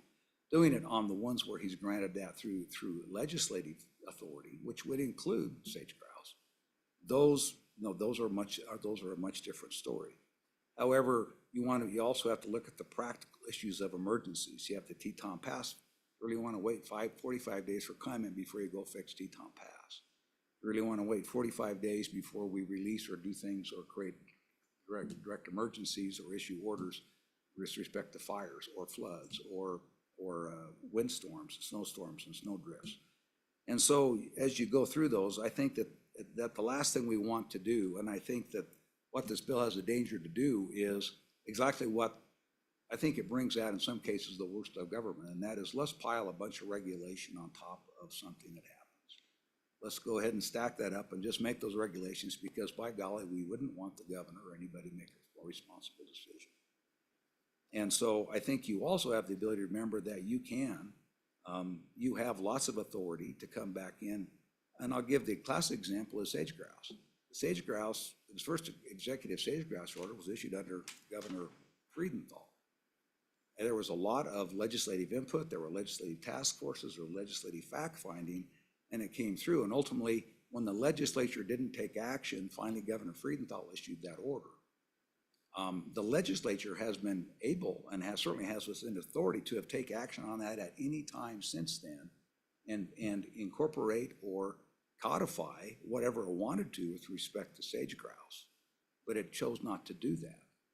In the meanwhile, we have a bird that has been deemed to be threatened and endangered, even though you can still get a permit to hunt it in the state, ironically, but is deemed to be, and I think we all have an idea, or at least some idea, of what might happen and the problems that happens if the bird is listed. And so that is, but again, I think those things are fully within the authority of the legislature to do, and certainly have the ability to come right back over the top of the governor at any point in time on certain of orders that would do those types of things. And particularly if the authority for that order is rooted in statutory or legislative action. And so with that, I think that in doing that, and even in rulemaking, you even give agencies in rulemaking, which again is a delegation of authority from the legislature to an agency to generate rules, to enforce or enact or bring about what the legislature has directed in statute. And if you don't grant rulemaking authority, then the agencies are unable to do that. But even in the cases where you grant rulemaking authority, you do grant emergency rulemaking authority. Again, recognizing that putting a 45-day bureaucratic hold on things that need to happen quickly and effectively is probably not in the best interest of the state of Wyoming or the legislature, or certainly the governor's office. And so with that concludes my remarks, Mr. Chairman. Would stand for questions. Thank you. And, Mr. Wentland, do you agree with the Chief of Staff? Chairman Case, I agree completely. There you go. I thought that would happen. Senator Scott. Most of it is from his memo. Mr. Chairman, comment and a question. I think on sage grouse, we haven't meddled with that because Governor Friedenthal got it right and practical, and it's working. So, but Mr. Chairman, you know, the hour is late, and just to make sure I'm understanding, do I understand your testimony that basically on this bill, you're against it for both constitutional and practical reasons? That would be, Mr. Chairman? To you, and is your mic on? Yes, Mr. Chairman, that was accurate. Okay. Mr. Chairman, we ought to dispose of the bill promptly. I'm guessing. We have some more public comment though. So is anybody else questions for these witnesses? Thank you. There's public comment online, I believe. Ms. Zagan is online. And Speaker Summers is not online, right? Okay.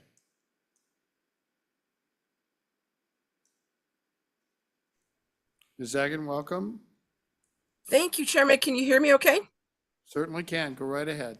Great. Thank you so much.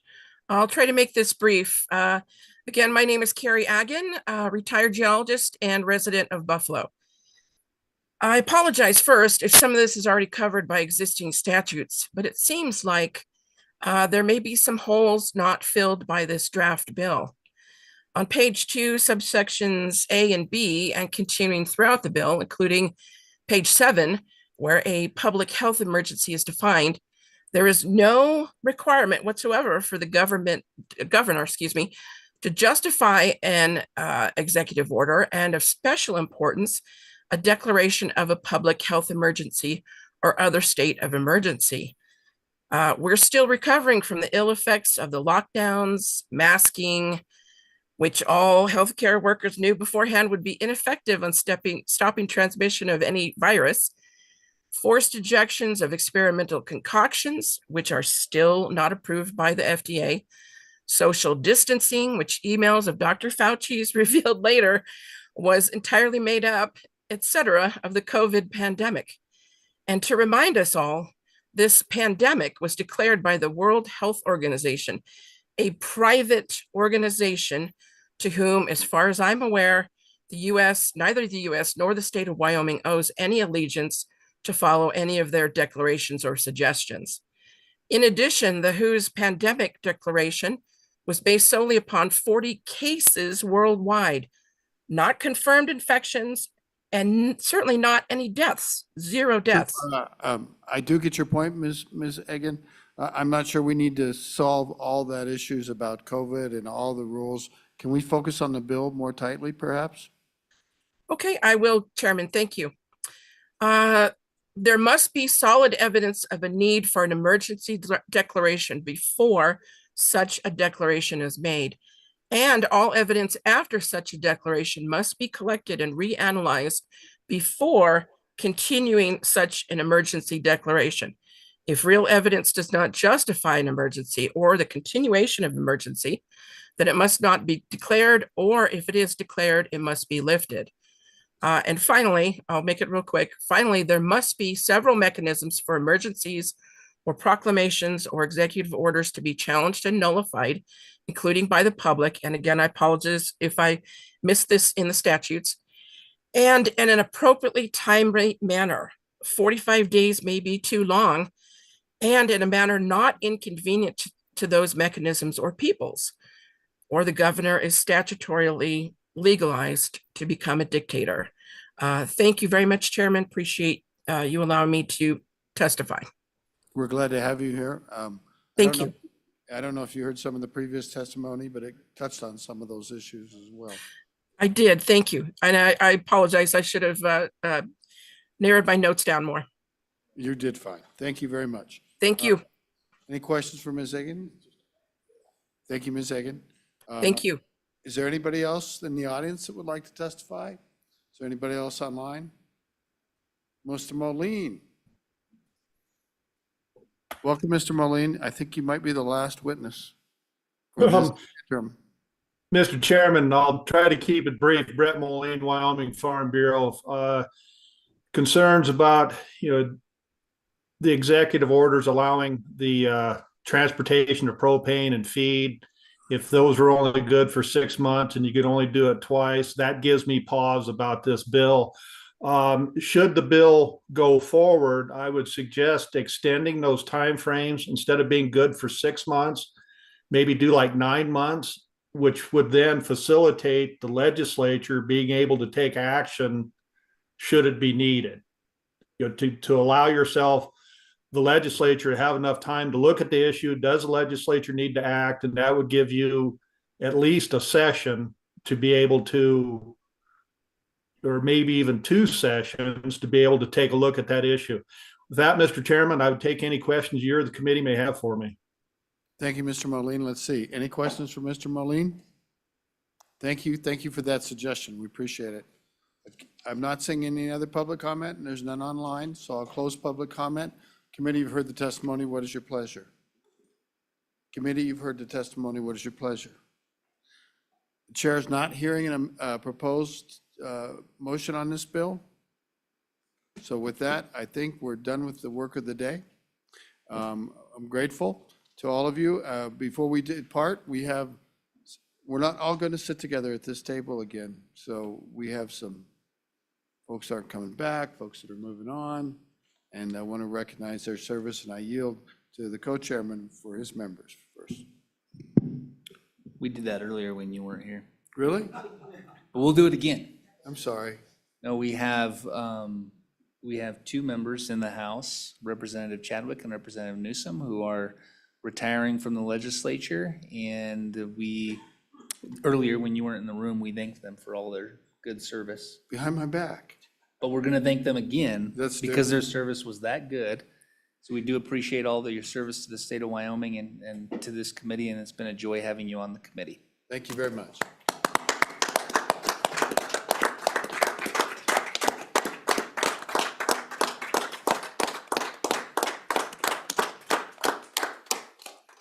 And with that, I think, Chairman Olson's got a good chance of getting a promotion up to that high-paying Senate job, perhaps. It's looking good anyway, so we wish him well. I hope you're feeling better, Senator Boner. Looking forward to seeing you soon. Anything else for the good of the order? I would appreciate a courtesy motion that would just allow your two chairmen to decide the disposition of these bills rather than us try to do it and So assign them moved. to different houses. I heard the motion. Is there a second? Second by Lana. All those in favor, please signify by saying aye. Any opposed? Anything else we need to take care of, Josh? Thanks to executive offices for being gentle with us today. All right, everybody, we're adjourned. Safe travels.